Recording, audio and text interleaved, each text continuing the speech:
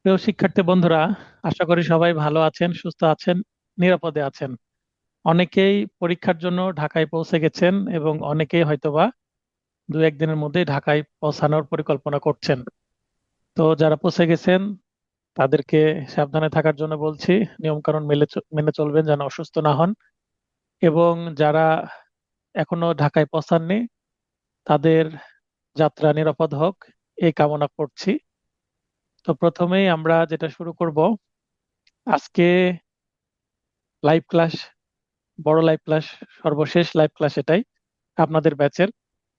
আমরা model test 2 যেটা পরীক্ষা নিয়েছিলাম 25/6/2025-এ, আমরা বা রিটেন প্রিপারেশন 2025 এর rapid revision and model test ব্যাচের সর্বশেষ লাইভ ক্লাস করছি আজকে। এই ক্লাসে মডেল টেস্ট 2 অর্থাৎ চূড়ান্ত মডেল টেস্টের অ্যান্সারিং হেড বা সমাধানটা করে দেওয়া হবে সংক্ষিপ্ত পদ্ধতিতে। আকাশ ভাই বলবেন সবকিছু ঠিক আছে কিনা। জি স্যার, সবকিছু ঠিক আছে। আচ্ছা, নয়েজ হচ্ছে কি, কথা স্পষ্ট আছে কিনা। জি, স্পষ্ট আছে। আচ্ছা, প্রশ্ন নিয়ে একটু আপনাদেরকে ধারণা দিই। এখানে যে আমার শহীদুল্লাহ ক্লাসেস, এগুলো ইংরেজিতে যেগুলো লেখা আছে এগুলো কিছুই থাকবে না মূল প্রশ্নে, জাস্ট এই অংশটুকুতে চলে আসবে বাংলাদেশ বার কাউন্সিল এবং পরীক্ষার নাম অ্যাডভোকেট তালিকাভুক্তির লিখিত পরীক্ষা 2025।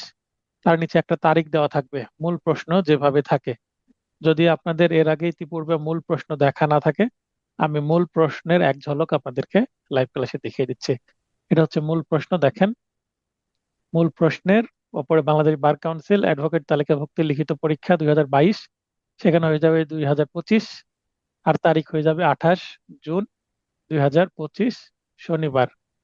তারপরের অংশ পূর্ণমান 100 এবং সময় 4 ঘন্টা। এখান থেকে হুবহু আমি যে মডেল টেস্টে ফরম্যাট রেখেছি এরকমই হবে। আচ্ছা, তাহলে আমরা জানি যে 100 নম্বরের পরীক্ষা এবং 5 নম্বর 50 এবং সময় 4 ঘন্টা দিবে বাংলাদেশ বার কাউন্সিল। আমি 10 মিনিট বেশি দিয়েছি, কারণ আপনাদের পরীক্ষা দিয়ে ছবি তুলে অনেক সময় পিডিএফ করা লাগে, এই কারণেই ছবি তোলার জন্য এবং আমাকে সেন্ড করার জন্য 10 মিনিট এক্সট্রা দেওয়া হয়েছে। ক অংশ হতে দুইটি, ক অংশ বলতে এখানে সিপিসি এবং এসআর অ্যাক্ট দুইটা আইন নিয়ে 3টি প্রশ্ন আসে।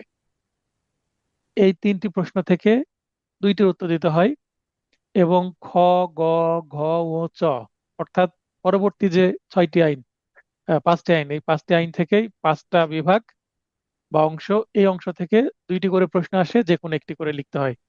তাহলে টোটাল 7টি প্রশ্নের উত্তর দিতে হয় 100 নম্বরের।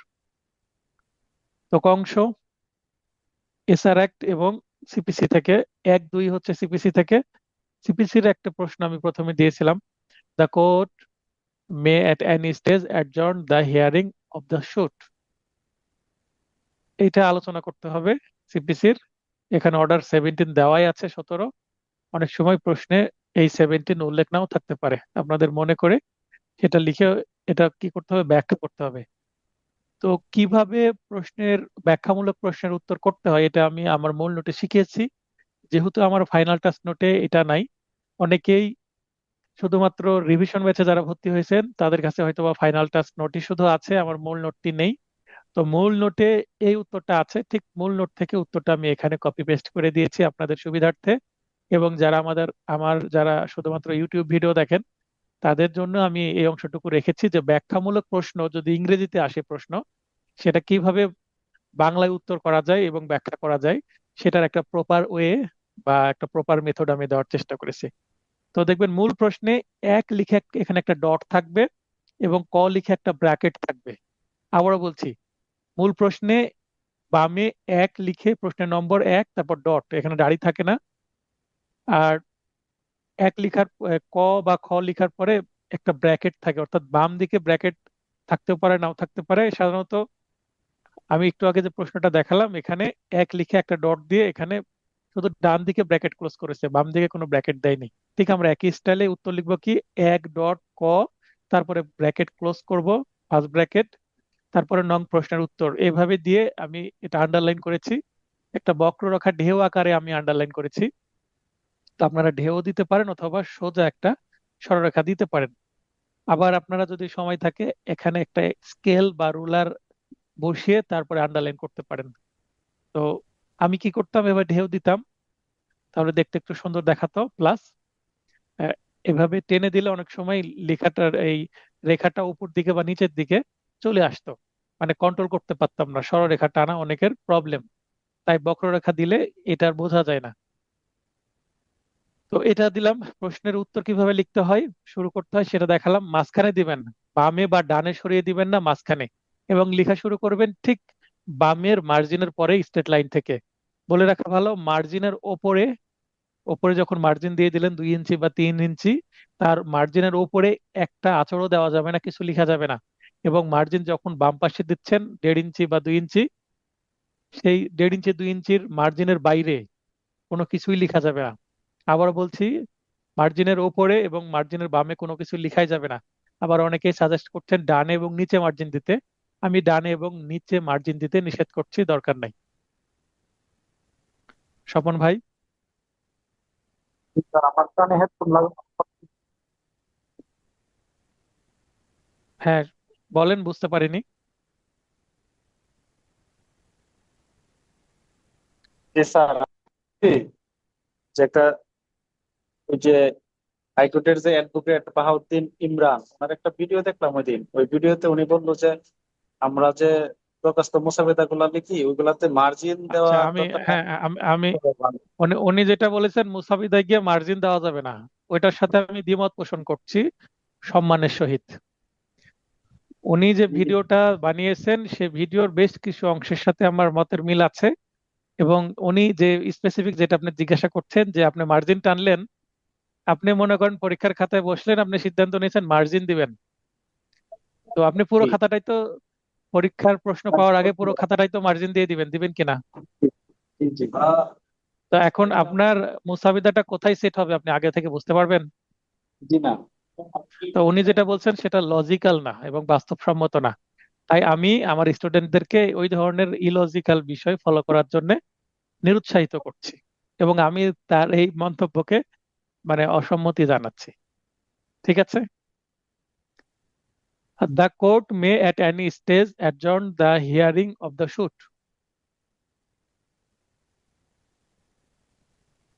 আচ্ছা, সাউন্ড একটু কম হয় বলছে আমার এখানে। সাউন্ড একটু কমানো আছে, এবার একটু আশা করি ঠিক আছে। আচ্ছা, the court may at any stage adjourn the hearing of suit. এই যে ইংরেজি বাক্য, এটা দিতে হবে। দেওয়ার পরে আমি অর্থ বা অর্থাৎ শব্দটা লিখে, আদালত যে কোনো পর্যায়ে মামলার শুনানি মুলতবি করতে পারেন, অর্থাৎ বাংলা বঙ্গানুবাদটা দিয়ে দিতে হবে। এই ইংরেজি বাক্য দিয়ে কি বোঝানো হচ্ছে সেটা বাংলা বুঝে দিতে হবে। কারণ আপনি এবার আদালত যে কোনো পর্যায়ে মামলার শুনানি মুলতবি করতে পারে, এই বাক্যটাকে এবার আমরা ব্যাখ্যা করব। আমরা যেহেতু বাংলায় লিখবো, আগে এটাকে বাংলা করে নিব। বাংলা করে নেওয়ার পরে সেটাকে কি করব, উত্তর করব। তারপরে আমরা এটা সিপিসির কত অর্ডার থেকে 17, সেটা তো বলাই আছে। এ উল্লেখিত মোকদ্দমা মুলতুবি বিষয়ক বিধানের আলোকে মন্তব্যটি নিম্নে ব্যাখ্যা করা হলো। আচ্ছা, মুলতুবি বানানে এই যে এখানে যে মুলতুবি আছে রস্য উকার, এটা দিলে সঠিক হবে। মানে এখানে কনফিউশনের কারণে কোথাও দীর্ঘ উকার, কখনো রস্য উকার হয়ে আছে। জাস্ট আপনার পরীক্ষায় এখানে প্রশ্নে যদি দৈর্ঘ্য দেয় তাহলে দৈর্ঘ্য দিবেন, প্রশ্নে যদি রস্য উকার দেয় তো রস্য উকার দিবেন। তবে আমার ধারণা মতে এটা রস্য উকারই হবে, দীর্ঘ উকার হবে না। মামলার শুনানির উপর ভিত্তি করে দেওয়ানি মামলার স্তরসমূহকে 2টি প্রধান ভাগে বিভক্ত করা হয়েছে, যথা চূড়ান্ত শুনানি বা প্রিএম্পটরি হিয়ারিং বা পিএইচ এর আগের পর্যায়ে মুলতবি, যেটা বিধি এই 17 আদেশের বিধি 1 এর উপবিধি 3-এ আছে, এবং চূড়ান্ত শুনানি পর্যায়ে, অর্থাৎ পিএইচ পর্যায়ে চূড়ান্ত শুনানি শুরু হয়ে গেছে তখন এবং শুনানির আগে, এটা বিধি 1 এর উপবিধি 4-এ আছে। তো প্রথমে আমরা পিএইচ এর পর্যায়ে যেটা আছে, পিএইচ এর পর্যায়ে আগে কি পাওয়া যেত, 6বার মুলতবি পাওয়া যেত, কিন্তু 2025 সালের 8 মে যে লেটেস্ট অ্যামেন্ডমেন্ট হয়, সেই অ্যামেন্ডমেন্ট অনুসারে কিন্তু প্রতিপক্ষকে খরচ ছাড়া 4বার করে মুলতবি মঞ্জুর করা যাবে। তার মানে 2বার কমিয়ে দিয়েছে, তো 4বার হচ্ছে সালের লেটেস্ট অ্যামেন্ডমেন্ট অনুসারে, সংশোধনী অনুসারে। আর খরচ সহ আরো 3 বার মুলতবি মঞ্জুর করা যাবে। এক্ষেত্রে খরচ 200 থেকে 1000 টাকা হবে। আর খরচ দিতে হবে অপর পক্ষকে। আবার যদি উভয় পক্ষ দরখাস্ত করে তাহলে সরকারের খাতায় চলে যাবে। আর পিএইচ এর পর্যায়ে সাধারণত টাকা পয়সা বা খরচ না দিলে মুলতবি দিবে না, তবে খরচ দিলে 3 বার মুলতবি দিবে একটা পক্ষকে। তাহলে আমরা দেখলাম যে পিএইচ এর আগেও মুলতবি দিচ্ছে, আবার পিএইচ এর পরে টাকা দিলেও মুলতবি দিচ্ছে। তাহলে যে প্রশ্নটা করা হয়েছে যে যে কোনো স্টেজেই কি করতে পারে, এনি স্টেজে মুলতবি দিতে পারে, তাহলে এই কথাটা জাস্টিফাই হয়ে গেল, অর্থাৎ মিলে গেল এই বিধানের সাথে।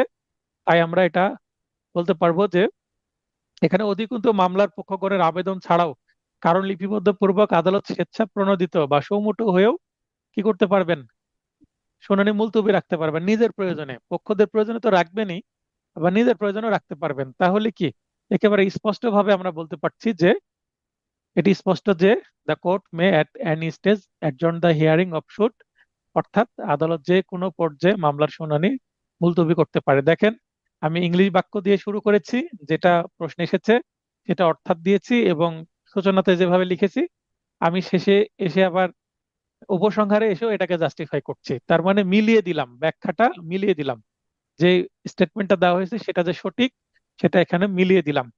এইভাবে আপনারা ব্যাখ্যামূলক ইংলিশ সেন্টেন্সের প্রশ্নগুলোর উত্তর করবেন। এরপরে একটা প্রবলেমেটিক কোশ্চেন বা ফ্যাক্ট বেসড কোশ্চেন বা সমস্যামূলক প্রশ্ন বা ঘটনামূলক প্রশ্ন, যেটাই বলি না কেন। দেওয়ানি মোকদ্দমা নম্বর 1/2024 চূড়ান্ত শুনানির জন্য 20/5/2025 তারিখ ধার্য ছিল। মামলাটি চূড়ান্ত শুনানির ধার্য তারিখে বাদী শারীরিক অসুস্থতার কারণে উপস্থিত হতে পারেননি, কিন্তু বিবাদী হাজির ছিল। বিবাদী আসছে, বাদী আসেনি, বাদীর মামলা, বাদী অনুপস্থিত। উক্ত পরিস্থিতিতে বাদী পক্ষের আইনজীবী হিসেবে আপনার উপযুক্ত পদক্ষেপ কি হবে? তাহলে এখানে মুসাবিদা করতে বলা হচ্ছে, কিন্তু কি বিষয়ে মুসাবিদা করতে বলা হচ্ছে সেটা কিন্তু উল্লেখ নাই। এখানে বলে দেয়নি যে কি বিষয়ে আপনাকে মুসাবিদা করতে হবে। তাহলে এখানে বোঝাই যাচ্ছে যেহেতু বাদী আসতে পারেনি এবং এটা কি চূড়ান্ত শুনানি, তার মানে পিএইচ এর পর্যায়ে। এটা কি পিএইচ এর পর্যায়ে, তার মানে এখানে কি দিতে হবে, কষ্ট দিতে হবে। তো আদেশ 17 বিধি একমতে শুনানি মুলতবি বা সময়ের প্রার্থনার দরখাস্ত দাখিল করতে হবে, অর্থাৎ লিখিত, এখানে লিখিত ফাইনাল টাচ নোটে কিন্তু এই বিষয়ে কি আছে, ড্রাফটিং আছে, মুসাবিদা আছে। তাহলে 17-র 1 উপবিধি যদি আমরা বলি, উপবিধি 4 মতে, তো উপবিধি বলার দরকার নেই, বিধি 1 বললেই হবে। 17-র 4 মতে আমাদের কি করতে হবে, সময়ের প্রার্থনা করতে হবে। সময়ের প্রার্থনা কিন্তু ফাইনাল টাচ নোটে আমি অ্যাড করে দিয়েছি, মূল নোটে ছিল না। এখানে কিন্তু আপনাকে একটা পয়েন্ট দিতে হবে কি, বাদী পক্ষে উপযুক্ত পদক্ষেপ, কারণ এখানে একটা প্রবলেমেটিক প্রশ্ন দিয়েছে, তার সাথে মুসাবিদাটা অ্যাড করে দেওয়া হয়েছে। তাহলে আপনাকে প্রথমে এই লাইনটা লিখতে হবে যে দ্য সিপিসি এর আদেশ 17 বিধি 1 মতে শুনানি মুলতবি বা সময়ের প্রার্থনায় দরখাস্ত দাখিল করতে হবে। তাহলে আমরা এখানে কি দেখেন, এখানে 1 নম্বর দিয়েছি, এতটুকু লেখার জন্য 1 নম্বর পেলেন। এবার আপনি মুসাবিদাটা লেখার জন্য আরো 6 নম্বর পাবেন। হ্যাঁ, ওবায়দুর রহমান, আসেন লাইনে, দ্রুত আসসালামু আসেন। আলাইকুম স্যার। হ্যাঁ, ওয়ালাইকুম আসসালাম, বলেন। স্যার ওই যে আরজির মধ্যে কি হলফনামা দেওয়া লাগবে আর দরখাস্তের মধ্যে কি সত্য পাঠ দেওয়া লাগে কিনা সেটা জানার জন্য। হ্যাঁ, আমার মতে এবং আমার রাজশাহীর যারা বিজ্ঞ সিনিয়র আইনজীবী এবং আগে যে নিয়মে ছিল এবং এখন 8 মে 2025 সংশোধনী অনুসারেও একই নিয়ম আছে। অনেকে ভুল ভ্রান্তির মাধ্যমে যে অ্যামেন্ডমেন্টটাকে ভুল ব্যাখ্যা করে অনেক বিভ্রান্তি ছড়িয়েছেন। তো আমি এই সর্বশেষ যে লাইভ ক্লাস, সেখানে আবার আমি নিজ দায়িত্বে স্টেটমেন্ট দিচ্ছি যে যদি আরজি হয় শুধুমাত্র সত্যপাঠ দিতে হবে। আরজিতে সত্যপাঠ এবং হলফনামার দুটাই দেওয়া দরকার নাই, শুধুমাত্র জি সত্যপাঠ দিতে হবে আরজিতে, এবং জি স্যার। যেখানে দরখাস্ত সেখানে আপনাকে হলফনামা দিতে হবে। কিন্তু এখানে যেহেতু আপনার বাদী উপস্থিত নাই, তো সময়ের দরখাস্ত, শুধুমাত্র সময়ের দরখাস্তের ক্ষেত্রে হলফনামা বা সত্যপাঠ কিছুই দিতে হবে না, কারণ যে হলফনামা করবে সেই তো উপস্থিত নাই। জি ক্লিয়ার? স্যার, এটা ক্লিয়ার। কনফিউজ আমি ছিলাম, অনেক কনফিউজ ছিলাম। অসংখ্য ধন্যবাদ, এই প্রশ্ন করলেন ঠিক বলে আছে এটা আবার রিপিট হলো, সবাই জানতে পারলো। জি স্যার, জি। আচ্ছা, ধন্যবাদ স্যার। আপনার নয়েজ, আসসালাম। আপনার নয়েজ না হলে লাইনে থাকতে পারেন, কোনো জায়গায় কনফিউশন থাকলে দ্রুত প্রশ্ন করবেন।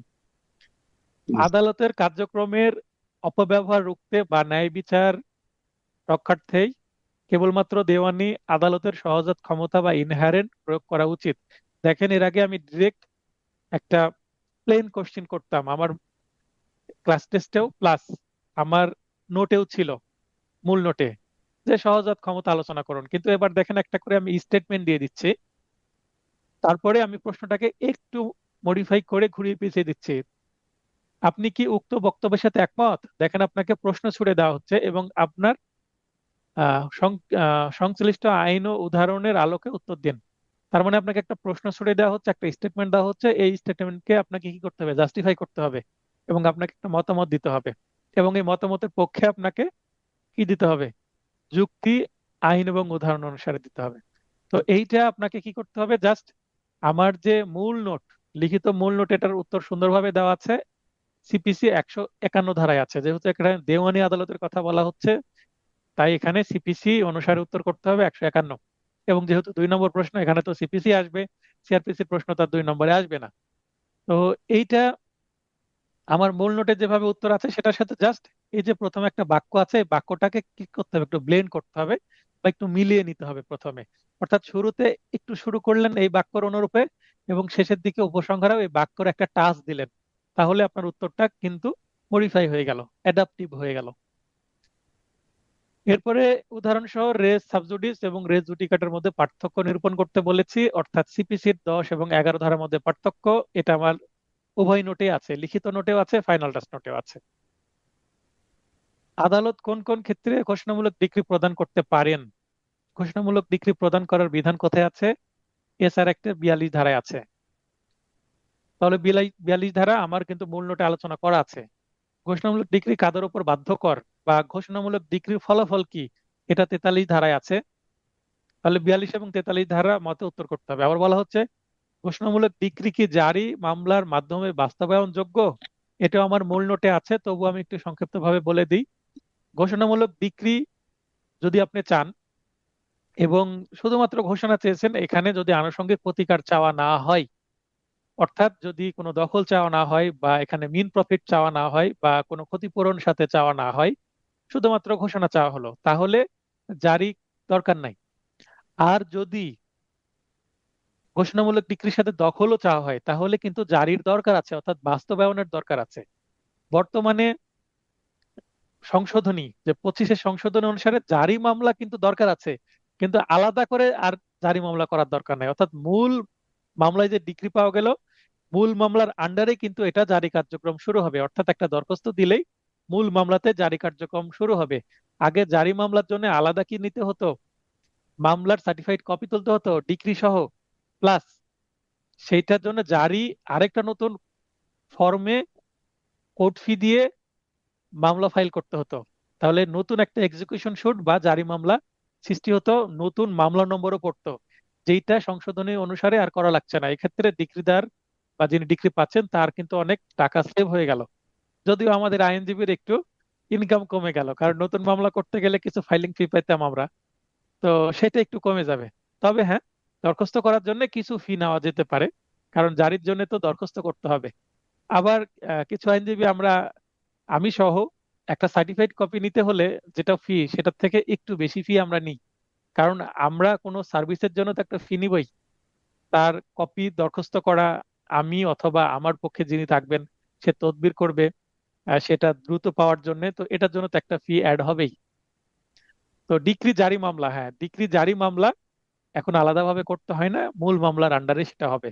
তো আবারও বলছিলাম, ঘোষণামূলক ডিক্রির সাথে যদি দখল চাওয়া হয়, তো ডিক্রি পেলাম, দখলের জন্য তো জারি প্রয়োজন আছে।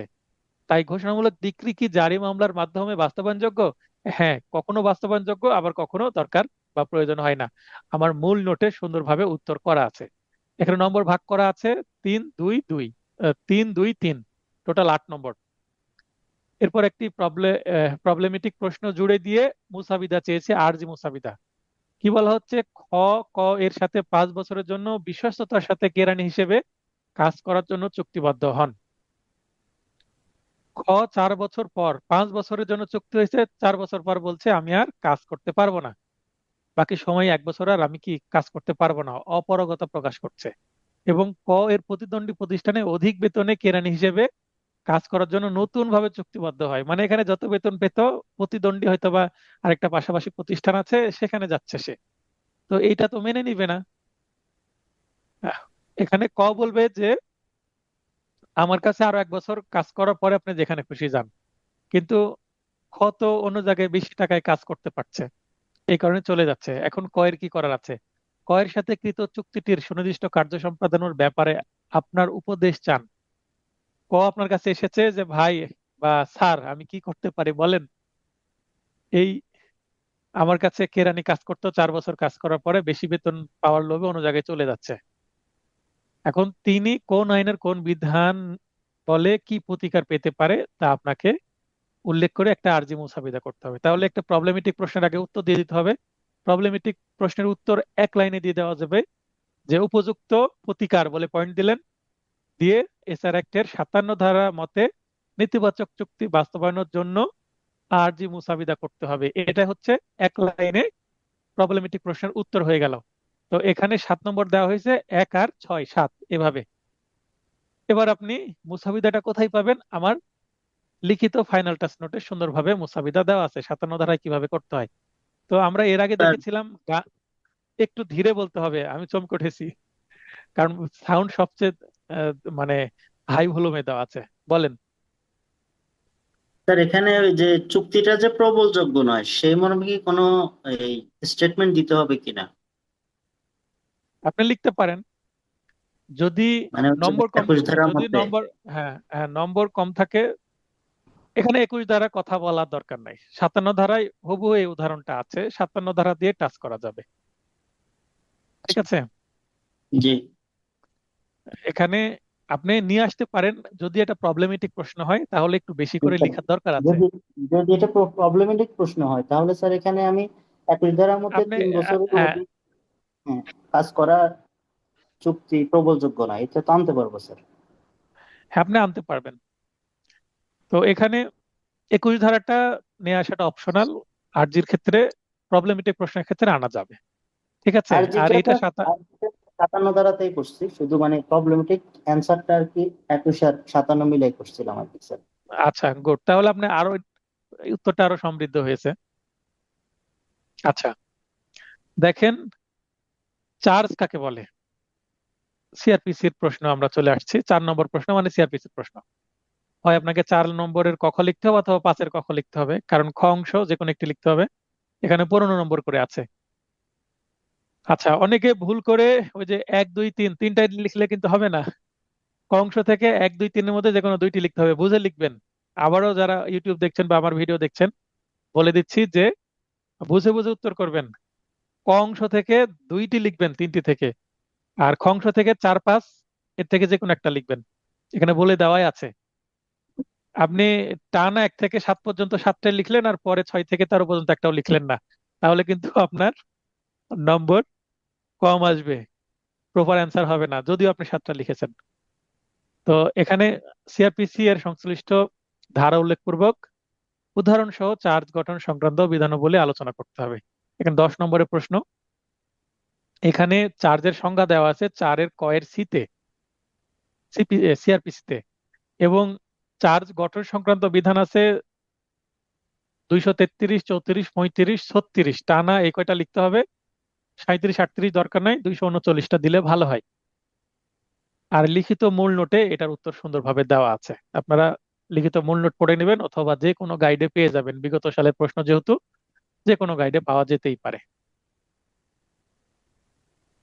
আচ্ছা 221 থেকে 239 এত লম্বা লাগবে না, প্রয়োজন হবে না।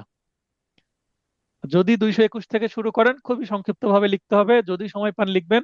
আর আমি 233 থেকে 239 লিখতে বলছি, এটা বিস্তারিত লিখবেন।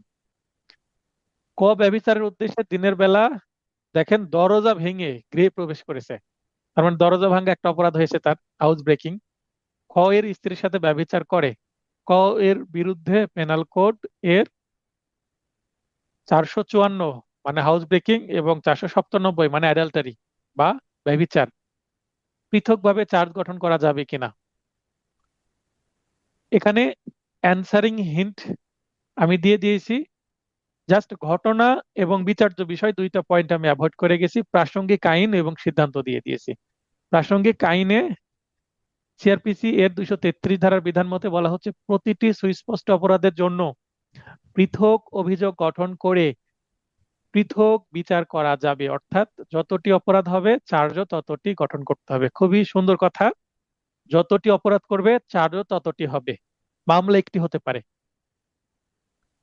আবার বলা হচ্ছে অত্র কার্যবিধির 235 ধারা বিধান মতে কতকগুলো পরস্পর সম্পর্কযুক্ত কার্যসমূহ যখন একটি মাত্র কার্যের সামিল বলে বিবেচিত হবে, সেই ক্ষেত্রে অপরাধটি একই ব্যক্তি কর্তৃক হলে এক বা একাধিক অভিযোগ গঠন করা যাবে, কিন্তু মামলা একটি হবে। যেমন এই ঘটনার ক্ষেত্রে সে ব্যভিচারের উদ্দেশ্যে গেল, কিন্তু ঘরটা ভাঙা লাগলো, তার মানে তার মূল পারপাস কি ব্যভিচার, কিন্তু ঘরটা ভাঙা লাগলো বাধ্য হয়ে, দরজাটা ভেঙে প্রবেশ করতে হলো, কারণ হয়তো বা প্রবেশ পথে মালিক তালা দিয়ে গেছে। তাহলে এখানে কিন্তু একই কার্যে সামিল, এটা মিলে যাচ্ছে, এবং একই ব্যক্তি কর্তৃক কৃত হয়েছে দুইটি কাজ।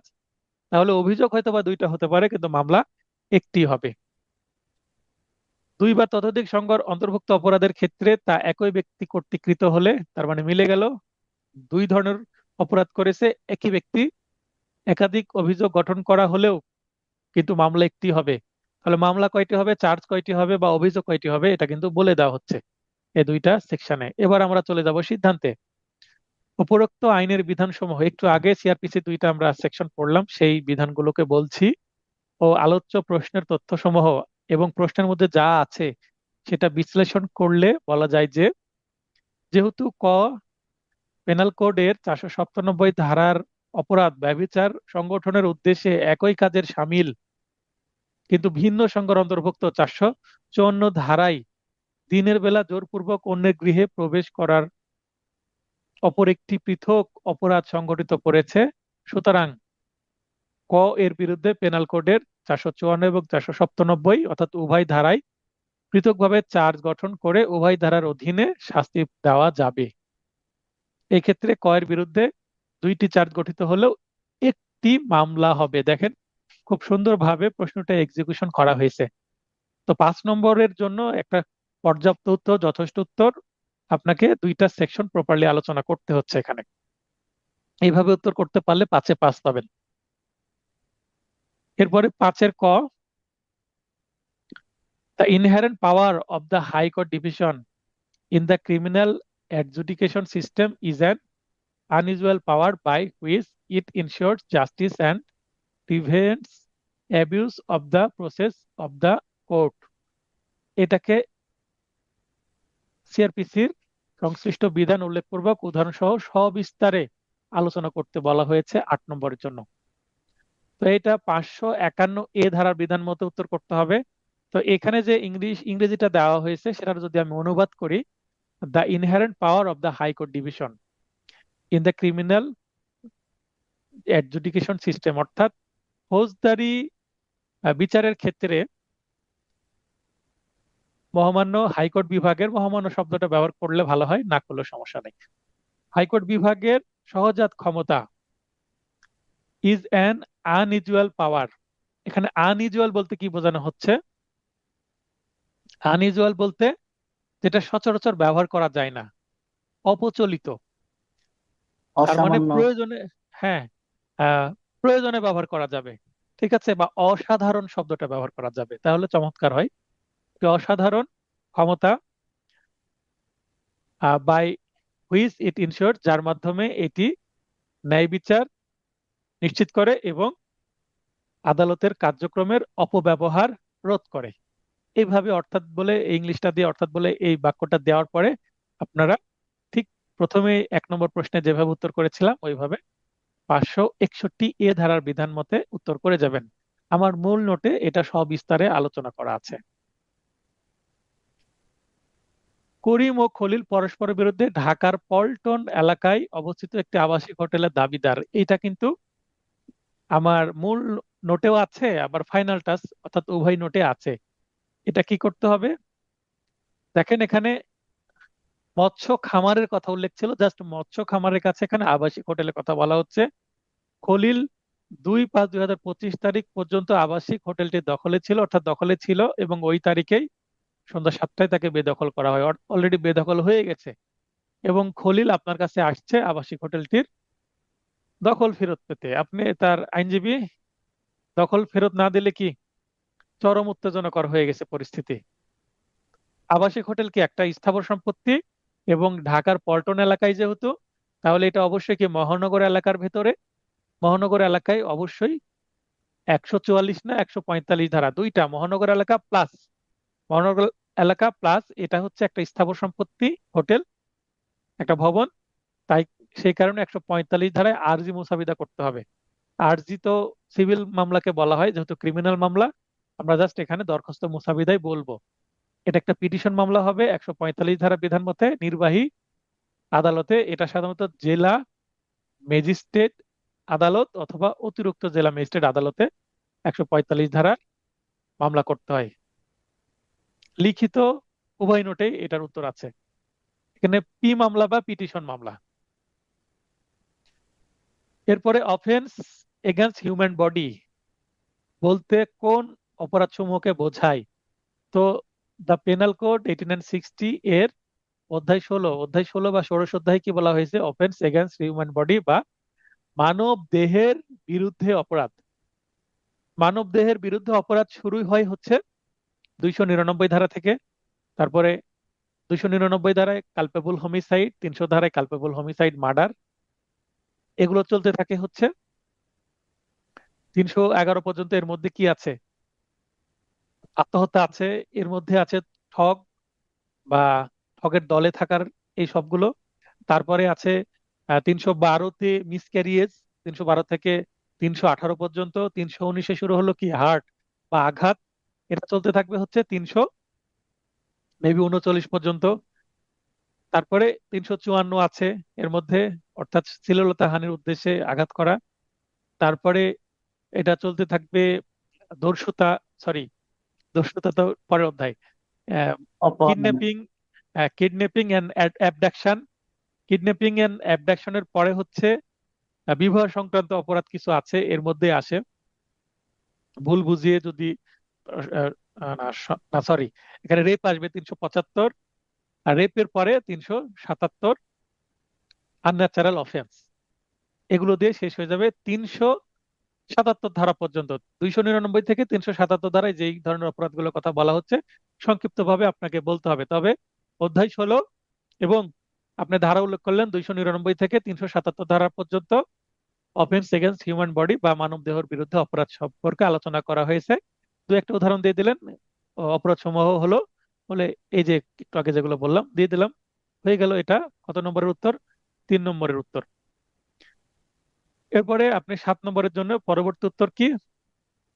হত্যার সমপর্যায়ভুক্ত নরহত্যা, অর্থাৎ খুন। খুনকে বলা হচ্ছে হত্যার সমপর্যায়ভুক্ত নরহত্যা, এটাকে খুন বা মার্ডার। এবং হত্যার সমপর্যায়ভুক্ত নয় এমন নরহত্যা, এটাকে বলা হচ্ছে কালপেবল হোমিসাইড। এর মধ্যে পার্থক্য উদাহরণ সহ সবিস্তারে আলোচনা করুন। এটার জন্য 7 নম্বর।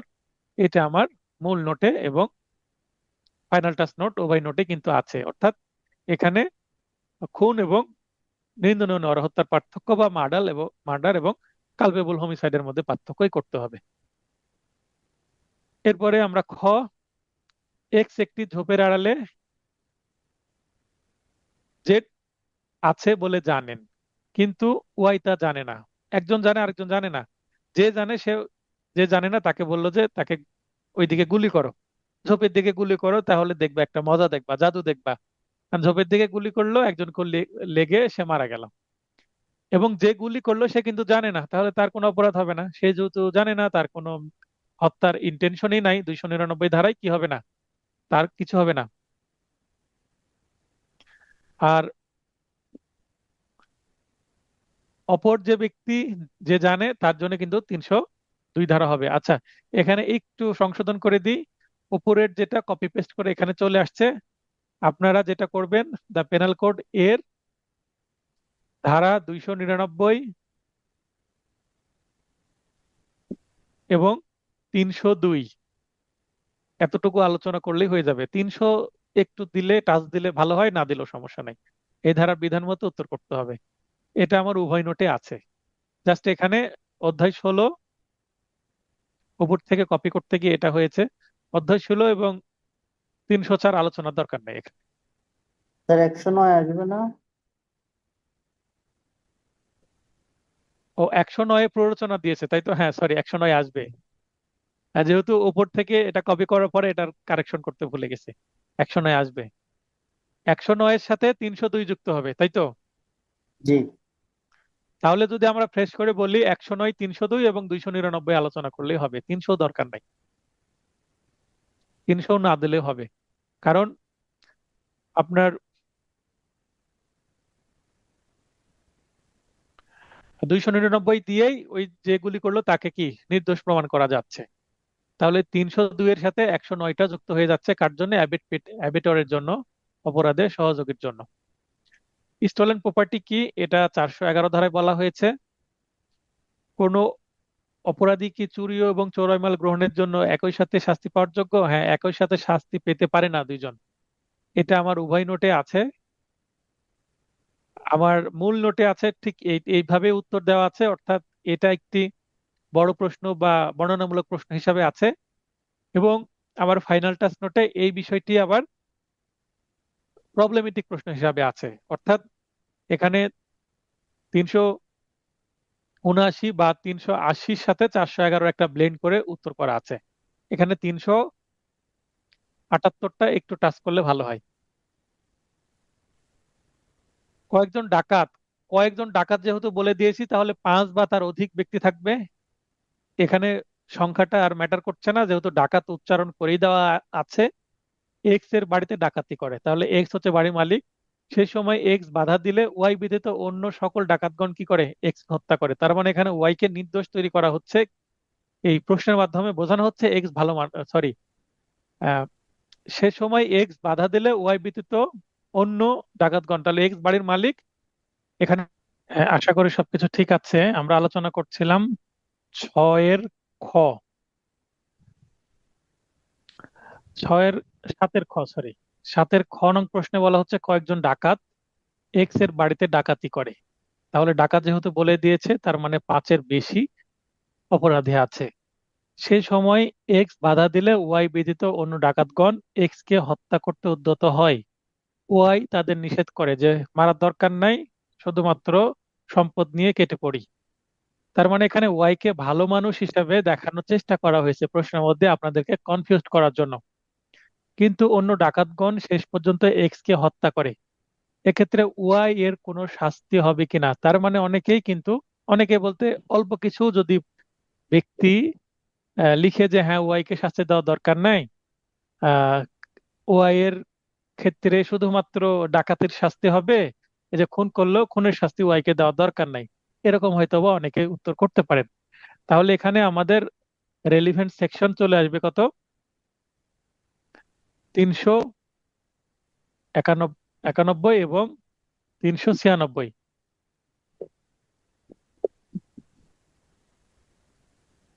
এই যে 396, 396 খুন সহ ডাকাতির শাস্তির কথা বলা হয়েছে। ডাকাতি সংগঠনকালে কে খুন করেছে তা বিবেচ্য বিষয় নয়। খুন সহ ডাকাতি জন্য ঘটনাস্থলে উপস্থিত প্রত্যেককে মৃত্যুদণ্ড বা যাবজ্জীবন কারাদণ্ডে বা অনধিক 10 বছরের সশ্রম কারাদণ্ডে এবং সেই সাথে অর্থদণ্ড দণ্ডিত করা হবে। এটা 396 ধারার বক্তব্য। তার মানে 396 ধারাই কিন্তু ওই মৃত্যুদণ্ড দিয়ে দিচ্ছে, আমাদের 302 ধারা ধার নেওয়ার দরকার নাই, 396 ধারাই এনাফ। স্বপন ভাই ধন্যবাদ। স্বপন ভাই কিন্তু জার্নি করছেন, তারপরেও ক্লাসে প্রবেশ করছেন। তো এই কারণেই চিন্তা করলাম যে এটা রেকর্ড দিয়ে দিয়ে অনেকেই কিন্তু পরে রেকর্ডিংটা শুনে নিতে পারবেন, যারা জার্নি করছেন বা ক্লাস করা সম্ভব হচ্ছে না। সেই ক্ষেত্রে আমার স্টুডেন্টদেরও উপকার হবে, এবং যারা আমার স্টুডেন্ট না, আমার নোট নিয়েছেন, বা যারা শুধুমাত্র আমার ইউটিউব ভিডিও দেখছেন, বার কাউন্সিল লিখিত পরীক্ষা 2025 28 জুন সকালে দিবেন, তাদের সবার ক্ষেত্রে যেন উপকার হয়, তাই এইটা রেকর্ড আকারে আমি দিয়ে দিলাম। সবাই স্বপন ভাইয়ের জন্য আমরা দোয়া করি, তিনি নিরাপদে যেন পৌঁছান ঢাকায়। তাহলে এখানে ওয়াই কেও শাস্তি দিতে হবে। প্রশ্নের মধ্যে ওয়াই আছে, উত্তরের মধ্যে খ আছে। তার মানে হয়তোবা এই উত্তরে ক খ উত্তর ছিল, তাই এটা আমি প্রশ্নে চেঞ্জ করেছি। প্রশ্নে এক্স ওয়াই করে দিয়েছি, কিন্তু আমার নোটে কিন্তু ক খ দিয়ে উত্তর করা আছে। দেখেন এখানে ক খ এর কথা বলা হচ্ছে। তো আপনারা জাস্ট এক্স ওয়াই বা ক খ যেটা আসুক না কেন, আপনাকে সেটা দিয়ে উত্তর করতে হবে। এখানে আমার উত্তরে কিছুটা ভুল আছে, এইটা ভুল আমি সংশোধন না করে এভাবে রেখে দিয়েছি। রেখে দেওয়ার কারণ একটা আছে, সেটা হচ্ছে আপনি লিখলেন 7-এর খ নং প্রশ্নের উত্তর, এবার লিখার পরে আপনি পড়ে গেছেন মুখস্থ বিদ্যা যে ক খ, এভাবে আপনি লিখে চলে আসলেন। তার মানে যদি প্রশ্নে এক্স ওয়াই আসে, সেক্ষেত্রে আমি সেটা পরিবর্তন করে ক খ দিয়ে লিখতে পারবো কি না? এটা করা যাবে না। প্রশ্নে এক্স ওয়াই দিয়ে আসছে, আপনাকে উত্তরেও এক্স ওয়াই দিয়ে করতে হবে। প্রশ্নে ক খ দিয়ে আসছে, আপনাকে উত্তরেও ক খ দিয়ে করতে হবে। প্রশ্নে রহিম করিম দিয়ে আসছে, আপনাকে উত্তরেও রহিম করিম দিয়ে করতে হবে। প্রশ্নে যেটা ব্যবহার করা থাকবে, উত্তরেও আপনাকে সেটাই ব্যবহার করতে হবে। আমার একটা ঘটনা মনে পড়ে গেল এটার উত্তর করতে গিয়ে। আমি হাই স্কুলে থাকতে আমার এক ক্লাসমেট, মেবি ক্লাস 9 বা 10, তো প্রশ্ন করছে, স্যার আমরা তো a+b হোল স্কয়ারের সূত্র শিখেছি, a² + 2ab + b²। তো এখানে প্রশ্নের মধ্যে তো এক্স ওয়াই আছে, তো x+y² এটাও কি আমরা, যদি আসে সেক্ষেত্রে আমরা উত্তরে কি a+b² করে লিখতে পারবো কিনা? তার মানে উনি প্রশ্নের মধ্যে এক্স ওয়াই থাকলেও উত্তর বা অঙ্ক করবেন এ বি দিয়ে, এই প্রশ্ন উনি করলেন। তা এটা করতে গিয়ে আমার এটা মনে পড়ে গেল। তা প্রশ্নে যেটা থাকবে এক্স ওয়াই করতে হবে, কখ থাকলে কখই, এ বি থাকলে এ বি। আশা করি বুঝতে পেরেছেন, কনফিউশন দূর হবে। এরপরে আমরা এভিডেন্স একটা চলে যাই। 8 এবং 9 থেকে একটি প্রশ্ন উত্তর করতে হবে। বার্ডেন অফ প্রুফ কি? প্রমাণের দায় বা ভার। দেওয়ানি ও ফৌজদারি মামলায় প্রমাণের দায় ভিন্ন রূপ কি? প্রমাণের দায় সংক্রান্ত এভিডেন্স অ্যাক্টের বিধান অনুসারে উত্তর করতে হবে। প্রথমে 2 নম্বর, পরে 8 নম্বর, এইভাবে উত্তর করতে হবে। তো এখানে আসলে 2 নম্বর বার্ডেন অফ প্রুফের সংজ্ঞার জন্য এবং এই ভিন্নরূপ কিনা এটা এভিডেন্স অ্যাক্টের অন্যান্য ধারা দিয়ে উত্তর করলে 8 নম্বর, এভাবে উত্তর করা আছে। এটা আমার মূল নোটে আছে। আর এখানে উত্তর করতে হবে এক 101 থেকে 112 পর্যন্ত। আর এই যে আমি যে প্রশ্নটা একটু ভিন্ন আঙ্গিকে করলাম, দেওয়ানি এবং ফৌজদারি মামলা প্রমাণের দায় কি ভিন্ন রূপ? হ্যাঁ, কিছুটা ভিন্ন রূপ, কিছুটা ওভারল্যাপিং আছে, কিছুটা ভিন্ন রূপ। এটা যিনি ঠিকভাবে উত্তর করতে পারবেন না তারা মেসেজ করবেন আমাকে, তাদেরকে আমি উত্তর বুঝিয়ে দিব সেটা করতে হবে। আর যদি একেবারেই না পান, কোনো গাইডেও না পান, সেই ক্ষেত্রে মেসেজ করলে আমি এটা আবার পিডিএফ উত্তর করে দিব, পূর্ণ উত্তর করে দিব। তবে নিজেরা ট্রাই করলে সেটা সবচেয়ে ভালো। এ চুরির দায়ে বি কে অভিযুক্ত করে মামলা করে। এ আদালতকে বিশ্বাস করাতে যায় যে বি চুরির কথা সি এর নিকট স্বীকার করেছে। কে চাচ্ছে? বি। বি আদালত, এবার এ আদালতকে বিশ্বাস করাতে চায়, তাহলে এ একটা জিনিস বিশ্বাস করাতে চাচ্ছে একটা বিষয়, এবং বি আদালতকে বিশ্বাস করাতে চায় যে সংশ্লিষ্ট সময় সে অন্যত্র ছিল।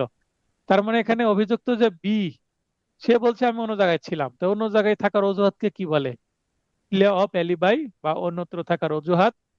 অন্যত্র থাকার অজুহাত, এটা দ্য এভিডেন্স অ্যাক্ট 1872 এর 103 ধারায় আছে।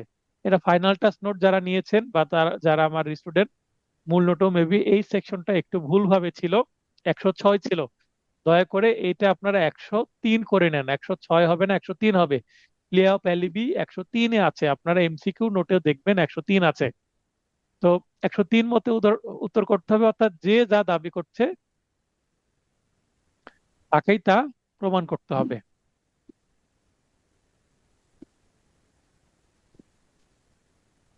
এরপরে an accomplice is unworthy of credit unless he is corroborated in material particular।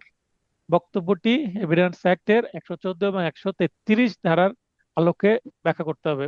যেহেতু সেকশন 2টা দেওয়াই হয়েছে, আপনারা বুঝতে পারছেন কোন জায়গা থেকে উত্তর করতে হবে। এরপরে আমি সেন্টেন্সটার যদি একটু ভালো বাংলা করি, তাহলে পারপার্শ্বিক সাক্ষ্য ছাড়া শুধুমাত্র একজন সহযোগী আসামির বিবৃতির ভিত্তিতে অন্য আসামিদের শাস্তি দেওয়া যাবে না, এইভাবে এটার অনুবাদ করলেও চলবে। যদিও এটার মানে আক্ষরিক অনুবাদ এরকম না, একটু ভিন্ন হবে। An accomplice is unworthy of credit, মানে একজন সহযোগী আসামিকে বিশ্বাস করা যাবে না যদি না তার বক্তব্য পারপার্শ্বিক সাক্ষী দ্বারা সমর্থিত হয়। এটা হবে মূল আপনার বঙ্গানুবাদ। সেটা করলে হবে, এটা করলেও হবে, কোনো সমস্যা নেই।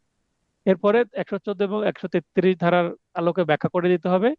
আমি বলে দিচ্ছি, এটা বিগত সালের অর্থাৎ আহ 12 যে জুডিশিয়ারি 12তম জুডিশিয়ারির প্রশ্ন অনুসারে এটা আছে, যে কোনো গাইডে আপনারা উত্তর পেয়ে যাবেন। এটা আমি পড়াইনি, আমার মূল নোটে এটাকে আমি টপিক হিসাবে রেখেছিলাম না। জাস্ট মডেল টেস্ট 2 করার সময় এবং আপনাদের একটা ফাইনাল শর্ট সাজেশন দিয়েছি। 4টা করে টপিক দিয়েছি প্রতিটা সাবজেক্টের, 4টা বা এছাড়া একটা সম্ভবত আরো কমিয়ে দিয়েছি। তো এই 4টা করে টপিক আপনারা অন্তত শেষ করবেন শেষ সময়, এবং সেই টপিকের মধ্যে আমি এটা রেখেছিলাম। তাই এখান থেকে একটা প্রশ্ন সেট করে দিয়েছি আমি। আসলে আমি যে লাস্টে 2টা মডেল টেস্ট নিয়েছি, পূর্ণাঙ্গ মডেল টেস্ট, সেই 2টা মডেল টেস্টে যে যে প্রশ্ন করেছি সেগুলোকেই আমি টপিক হিসেবে সাজেশনের মধ্যে ইনক্লুড করে দিয়েছি। এই টপিকগুলো কাভার করলে এই 2টা মডেল টেস্ট আপনারা 100% উত্তর করতে পারবেন, অথবা সহ কমন পাওয়া যাবে। 4জন অভিযুক্ত ব্যক্তির প্রত্যেককে ম্যাজিস্ট্রেটের নিকট স্বীকার করে যে, তার মানে 4জনই বলল যে অপর পঞ্চম ব্যক্তি ক। 4জনের মধ্যে এবার অপর পঞ্চম ব্যক্তি ক ডাকাতিকালে তাদের দলে ছিল, তার মানে 4জন ধরা খেয়েছে হাতে নাতে, বা হয়তো বা পরবর্তীতে ধরা খেয়েছে, এবং তারা বলছে যে আরো একজন ছিল, তাহলে এটার দোষতা থাকলো না, ডাকাতি হয়ে গেল। 4জনের স্বীকারোক্তি ছাড়া ক এর বিরুদ্ধে অন্য কোনো প্রমাণ পাওয়া, মানে প্রমাণ নেই, ঘটনাস্থলে তাকে পাওয়া যায়নি, ঘটনাস্থলে তাকে মানে ধরা যায়নি, শুধুমাত্র ওই 4জন তার নাম করছে। এই ক্ষেত্রে কি ওই 4জনের কথার উপর ভিত্তি করে এ ক কে সাজা দেওয়া যাবে কিনা, এটা হচ্ছে উত্তর। 114 ধারা বিধান মতে উত্তর করতে হবে, শুধুমাত্র উক্ত স্বীকারোক্তির উপর নির্ভর করে ক কে শাস্তির আওতায় আনা যাবে না। কারণ আমরা একটু আগে দেখলাম, an accomplice is unworthy of credit unless he is corroborated in material particular। তার মানে এখানে পারপার্শ্বিক সাক্ষ্য বা অন্য কোনো সাক্ষী যেহেতু কয়ের বিরুদ্ধে নাই, কোনো সাক্ষ্য প্রমাণ নাই, তাকে সিসিটিভি ক্যামেরায় দেখা যায়নি, বা ঘটনাস্থলের আশপাশে তার মোবাইল ফোন অ্যাক্টিভ ছিল না, এটসেট্রা এটসেট্রা, এখানে দেখা যাচ্ছে যে ককে ফাঁসানোর মতো কোনো এলিমেন্টই নাই, শুধুমাত্র 4জন বলছে কও ছিল আমাদের সাথে। সেক্ষেত্রে কিন্তু এটা আর ডাকাতি হবে না, এটা দর্শুতা হয়ে যাবে, এবং ক এই মামলায় খালাস পেয়ে যাবে। ক এর আইনজীবী এটা ককে বাঁচাতে কিন্তু পারবে। তাই এটা এইভাবে উত্তর করতে হবে। আমি মূল উত্তর বলে দিয়েছি। আমার যে 4 প্রকারের মেথড আছে, সেই মেথডের যে কোনো একটিতে আপনারা উত্তর করতে পারেন। 114তে করা যাবে, 30ও করা যাবে, 30টা যুক্ত করতে পারলে ভালো হয়। 114টা পড়ে দেখেন, 114তেও কিন্তু এভাবে বলা আছে একই কথা। মক্কেলের পক্ষে তার নিযুক্ত আইনজীবী কর্তৃক প্রদত্ত কোনো লিখিত বিবৃতি, স্বীকারোক্তি বা স্বীকৃতি আইনত বৈধ কি, এটা আলোচনা করতে হবে। এটা আমরা লিমিটেশন অ্যাক্ট শুরু করলাম।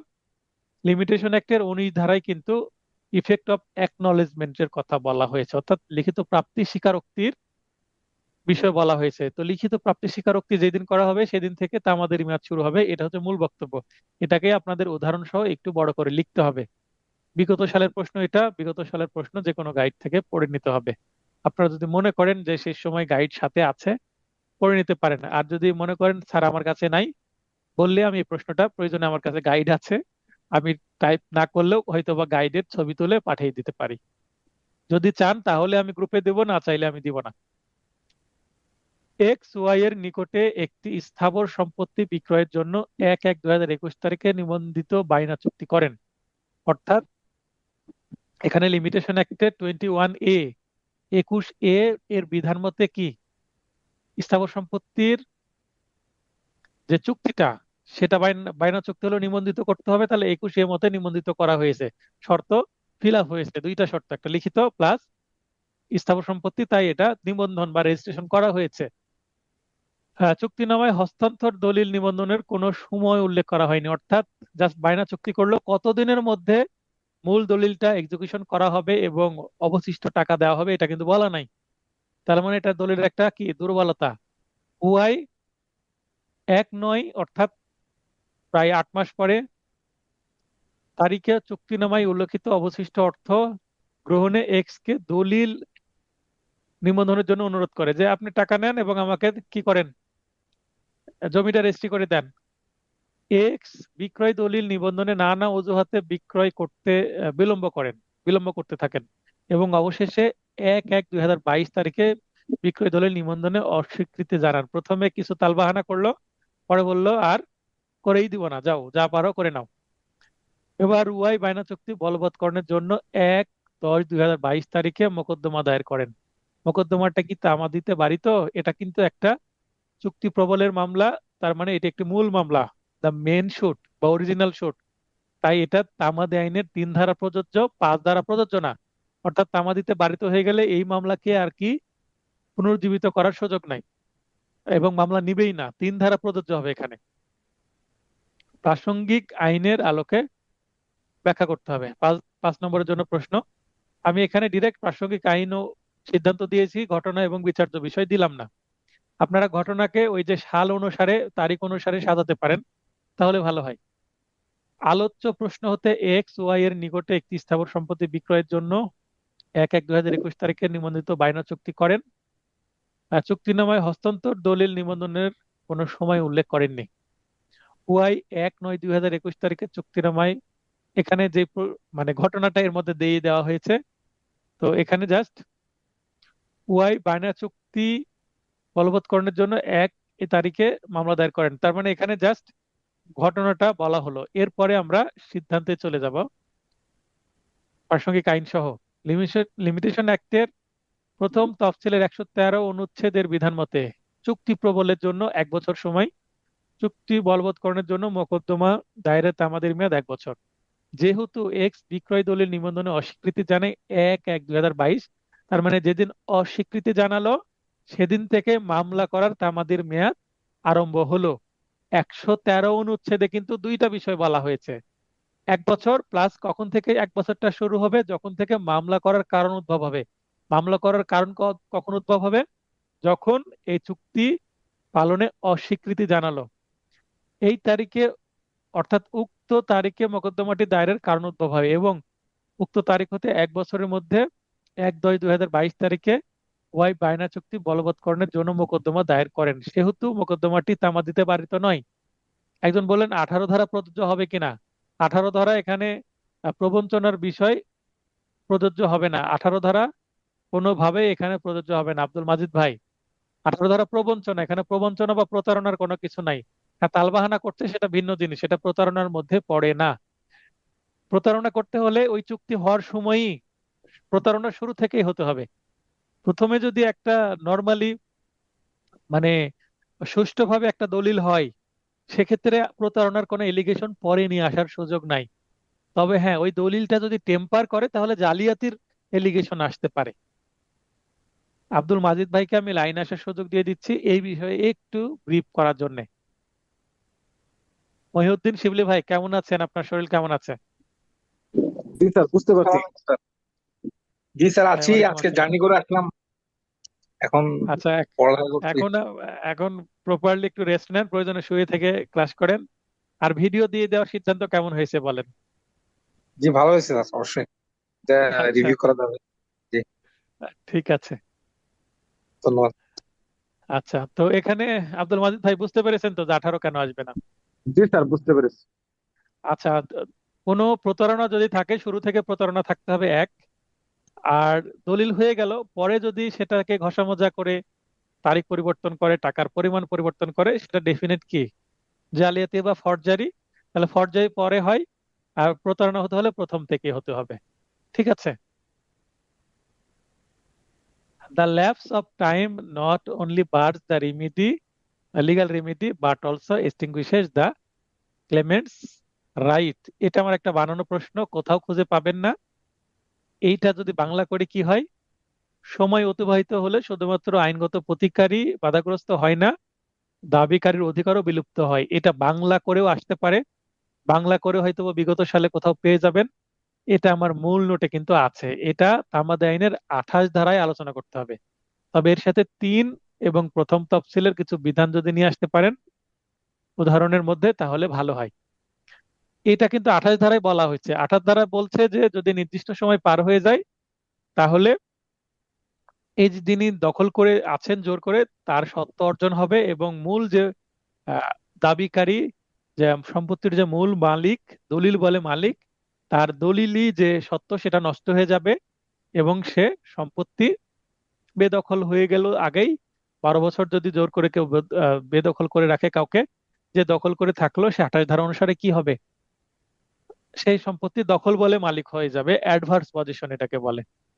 তো এখানে 144 ধারা সহ আরো কিছু ধারা আপনার উদাহরণস্বরূপ যদি বলতে পারেন অন্য, যে এখানে জোর করে যেহেতু দখলের বিষয় বলা হচ্ছে, 142 ধারাটা আসবে, 144 ধারাটাও স্লাইডলি আসতে পারে। 42 ধারা না, 42 অনুচ্ছেদ, আর্টিকেল 142। তো এইটা একটা ব্যাখ্যামূলক প্রশ্ন। ব্যাখ্যামূলক প্রশ্ন কিভাবে করতে হয় আমি প্রথমেই দেখিয়ে দিলাম। এভাবে ইউনিক ওয়েতে প্রশ্ন আসতে পারে, যেহেতু ইংলিশ প্রশ্ন আসার একটা প্রবণতা আছে, তাই আমি ক্লাস টেস্ট 2 এ কিন্তু অনেক ইংলিশ প্রশ্ন রেখেছি। কেন? ইংলিশ প্রশ্ন আসলেও ঘাবড়ানোর কিছু নাই, জাস্ট একটু বাংলা করে সেটাকে করে দিয়ে আসার চেষ্টা করবেন। হ্যাঁ, তবে আপনাদের সতর্ক করছি, যদি বাংলা করতে না পারেন, সঠিক বাংলা করতে পারছেন না কেমন, তাহলে আক্ষরিক অনুবাদ না করে ভাবানুবাদ করবেন। যদি অনুবাদ নাই করতে পারেন তাহলে উপায় কি, ধরতে পারছেন এটা কি উত্তর করতে হবে, কত সেকশনকে টার্গেট করে করা হয়েছে, সেক্ষেত্রে আপনি অনুবাদ না করে উত্তর করতে পারবেন। তাহলে প্রথমে ইংলিশ সেন্টেন্সটা দিয়ে শুরু করলেন এবং লাস্টে ইংলিশ সেন্টেন্সটা দিয়ে কি সেটাকে জাস্টিফাই করে ছেড়ে দিবেন। একটু চালাকি করবেন, মানে অনুবাদ না করতে পারলেও সেক্ষেত্রে হবে, যদিও নম্বর একটু কম আসতে পারে, কিন্তু উত্তর তো করতে পারলেন। যখন এরকম পরিস্থিতি হবে, অপশনটা থেকে এটাই আপনাকে উত্তর করতে হচ্ছে। কারণ হয়তো বা একের কয়ে আপনি সঠিক উত্তর করতে পারছেন না, কিন্তু আপনি ক্ষয়ে এসে হয়তো বা আপনার যে প্রবলেমেটিক প্রশ্নটা কমন পড়ে গেছে ভালোভাবে, তার মানে অপশনের উপর নিচে যদি তুলনা করেন, তাহলে যেটা ক কমন পাননি কিন্তু খ কমন পেয়েছেন, আবার পরেরটাতে দেখা যাচ্ছে ক কমন পেয়েছেন কিন্তু খ কমন পাননি। সিদ্ধান্ত নিলেন প্রবলেমেটিক প্রশ্নটা আমি ভালোভাবে করব, এবং বর্ণনামূলক প্রশ্নটা আমি একটু মোটামুটি করব, সেক্ষেত্রে কিন্তু নম্বর বেশি পাওয়ার সম্ভাবনা আছে। কারণ প্রবলেমেটিক প্রশ্ন যদি কমন না পান, সেটা টাচ করলে রিস্ক হবে, 0 পেয়ে যেতে পারেন। তাই প্রবলেমেটিক প্রশ্ন যে অংশ থেকে কমন পাবেন এটি একটি গুরুত্বপূর্ণ নির্দেশনা। আমি আপনাদেরকে কিন্তু থাম্বনেল দিয়ে দিয়েছি ভিডিওর, যে প্রশ্ন সমাধানের পাশাপাশি কিছু গুরুত্বপূর্ণ আলোচনা আমি করে দিচ্ছি। তো এটা একটা গুরুত্বপূর্ণ কথা যে কোন অংশটুকু লিখবো। দুইটার মধ্যে ক অংশ কমন আসছে কিন্তু খ অংশ কমন আসেনি, এটা টাচ করাটা যাবে না। প্রবলেমেটিক প্রশ্ন এবং ড্রাফটিং যে অংশ বেশি কমন পাবেন সেটা টাচ করাটা যুক্তিযুক্ত। কে লাইনে আছেন, আমার কথার সাথে কি একমত? জি স্যার, অবশ্যই স্যার। তাহলে আমি কি বলছি, যেখানে মুসাবিদা কমন পেয়েছি এবং আপনার প্রবলেমেটিক বা সমস্যামূলক প্রশ্ন কমন পেয়েছি, ওই অংশটাকে উত্তর করার চেষ্টা করতে হবে। কারণ আমি ড্রাফটিং এবং প্রবলেমেটিক প্রশ্ন দিয়ে আমাকে পাশ করে বের হয়ে আসতে হবে। আর ঘটনা মানে বর্ণনামূলক প্রশ্ন, এইটা যেহেতু বড় প্রশ্ন, সেখানে টাচ করলে একটু ভাষা ভাষায় লিখে আসলেও কিন্তু অন্তত 10-এ 5 পাওয়াটা সহজ, দিয়ে দিবে আপনি ধারাটা যদি সত্যি উল্লেখ করতে পারেন। আর এটা প্রবলেমেটিক প্রশ্ন, মুসাবিদা এবং আরেকটা প্রশ্ন আছে সেটা হচ্ছে পার্থক্যমূলক প্রশ্ন, সেটাও কিন্তু গুরুত্বপূর্ণ একটা জায়গা। পার্থক্যমূলক প্রশ্ন টাচ করার চেষ্টা করতে হবে। রাস্তা চলাচলের অধিকারে বাধা প্রদানের জন্য, এটা একটা কিন্তু নতুন প্রশ্ন, আমার মূল নোটে নাই, আমার ফাইনাল টাস্ক নোটেও নাই, তার মানে এখানে শুধুমাত্র মডেল টেস্ট 2 এ আছে এইটা। আবার কোথায় আছে? 26 ধারার উদাহরণের মধ্যে কিন্তু এই ধরনের উদাহরণ আছে। বিশেষ করে আমি মূল বই যেগুলো পড়েছি, মূল বইয়ের মধ্যে এই ধরনের কিছু উদাহরণ আছে, কিছু আলোচনা আছে, সেখান থেকে আমি আইডিয়া নিয়ে এই প্রশ্নটা তৈরি করেছি, যেন 26 ধারাকে টার্গেট করে প্রশ্ন আসলে আপনারা উত্তর করতে পারেন। এটা লিমিটেশন অ্যাক্টের 26 ধারার বিধান অনুসারে উত্তর করতে হবে। তাহলে প্রশ্ন কি? রাস্তার চলাচলের অধিকারে বাধা প্রদানের জন্য 2025 সালে একটি মোকদ্দমা দায়ের করা হয়। কে করলো? বাদী বিবাদীর নাম উল্লেখ করলাম না, টেকনিক্যালি প্রশ্নটা করেছি। যদি উল্লেখ করা হয় তো করলো। এই মামলাটা করেছে হচ্ছে এলাকাবাসী। এলাকাবাসী মামলা করেছে কার বিরুদ্ধে? একটা ব্যক্তির বিরুদ্ধে, বিবাদীর বিরুদ্ধে। কারণ 20 বছরের বেশি সময় ধরে একটা রাস্তা ব্যবহার করছে, হঠাৎ ওই রাস্তা চলাচলে বাধা দিয়েছে মালিক। ধরে নিই মালিকের নাম হচ্ছে মিস্টার ক। মিস্টার ক বাধা দিচ্ছে, এরপর এলাকাবাসী মিস্টার কয় নামে মামলা করে দিয়েছে। এলাকাবাসী এখানে যে কোনো একজনও মামলা করতে পারে। এটাকে কি বলা হবে? প্রতিনিধিত্বমূলক মোকদ্দমা বা রিপ্রেজেন্টেটিভ শুট। সবার পক্ষে একজন মোকদ্দমা করতে পারে। আমার এলাকাবাসীর পক্ষে আমি মোকদ্দমা করলাম, অথবা বেশ কয়েকজন মিলে মোকদ্দমা করা যেতে পারে। একাধিক বিবাদী বা একাধিক বাদী হতে পারে সিভিল মামলায়। তাহলে এলাকাবাসী মামলা করলো মনে করেন কয়ের বিরুদ্ধে। এবার বিবাদী ক বাধা প্রদানের কথা স্বীকার করে, যে আমি বাধা প্রদান করেছি, আমার জায়গায় আমি যেতে দিব না, আমি বাধা প্রদান করেছি, স্বীকার করলো। তাহলে মামলার কজ অফ অ্যাকশন শুরু হলো কখন? ওই যে বাধা প্রদান করলো যেদিন, সেদিন। কিন্তু রাস্তার চলাচলের অধিকারের প্রতি অস্বীকৃতি জানালো। এবার যে সম্পত্তির মালিক বিবাদী, সে বলছে হ্যাঁ আমি বাধা প্রদান করেছি, আমার সম্পত্তি আমি চলতে দিব না, আমি সেখানে কোনো কিছু করব, আমি সেখানে বাড়ি নির্মাণ করব। এলাকাবাসী বলছে না, আমরা 20 বছর ধরে চলেছি, আমরা চলবোই। তার মানে আমি বাধা প্রদান করেছি, এটা স্বীকার করলাম বিবাদী হিসাবে, কিন্তু চলাচলে যে তাদের অধিকার আছে এটা অস্বীকার করছে, মানে এটা সুখাধিকারে পরিণত হয়নি। এটা বিবাদী দাবি করছে তার লিখিত জবাবে। বাদী পক্ষ প্রমাণ করে যে, বাদী কিন্তু অলরেডি প্রমাণ করে ফেলেছে। কি প্রমাণ করেছে? উক্ত অধিকার 1/1/2004 হতে 1/1/2024 তারিখ কমন নাও আসতে পারে। এই যদি প্রশ্নটা আসে, ভাষা পরিবর্তন হয়ে আসতে পারে। এখানে রাস্তা চলাচলের অধিকারের পরিবর্তে আলোর বিষয়ে আসতে পারে, পথের বিষয়ে, কোনো জলাধারের বিষয়ে আসতে পারে, কোনো জলমহলের বিষয়ে আসতে পারে। তার মানে কোনো স্থাবর সম্পত্তি বা এখানে সুখাধিকারের যে নেতিবাচক বা ইতিবাচক যে সুখাধিকার আছে, যে কোনো এলিমেন্ট হতে পারে। এত সাল পর্যন্ত অব্যাহতভাবে উক্ত রাস্তাটি সুখাধিকার হিসেবে সত্য দাবি করে শান্তিপূর্ণভাবে ও প্রকাশ্যে ভোগ করছে। তাহলে 2004 থেকে 2024 পর্যন্ত ভোগ করেছে, তার মানে 20 বছরই হচ্ছে। মোকদ্দমাটি আইনানুগ পরিণতি কি হতে পারে? তো এখানে আমি উত্তর করেছি 26 ধারা বিধান মতে উত্তর করতে হবে। আপনারা বুঝতে পারছেন কিভাবে উত্তর করতে হবে। মূল উত্তরটা কি হবে? বাদীপক্ষ রাস্তার চলাচলের অধিকার বিষয়ে ডিগ্রি পাবে, কারণ তারা প্রমাণ করতে পেরেছে যে আমরা 2004 সাল থেকে 2024 সাল পুরোটাই কি ভোগ দখল করেছে। তার মানে একটা কমপ্লিট পিরিয়ড অফ 20 ইয়ার্স, এবং শান্তিপূর্ণভাবে করেছে। তাই এটা সুখাধিকারের একটা ডিগ্রি পাবে কারা? এলাকাবাসী বা বাদী।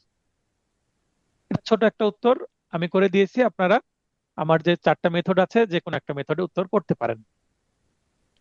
একজন বললেন এটা 24 ধারা হবে কি? 24 ধারা আসার কোনো প্রশ্নই আসে না, 26 ধারাতে উত্তর হবে।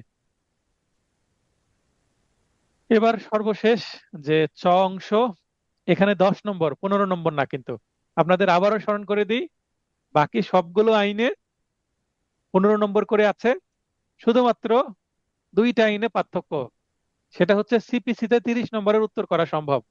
1 আর 2 উত্তর করলাম, এসআর এক যদি আমি ডিলিট করে দিই, বাদ দিয়ে দিই, এসআর একটা থেকে যদি উত্তর না করেন, অর্থাৎ 3 নং প্রশ্ন যদি উত্তর না করেন, 3 নং প্রশ্ন এসআর এক থেকে একটাই প্রশ্ন আসে। বেচারিকে এখানে কি করা হয়েছে? ইনজাস্টিস করা হয়েছে এই এসআর এক থেকে মাত্র একটা প্রশ্ন আসে। তাই এসআর এক থেকে আমি কম পড়িয়েছি, বরং আমি সিপিসি থেকে বেশি পড়িয়েছি, যেন ক খ উত্তর করে এসআর1কে আপনি অ্যাভয়েড করতে পারেন।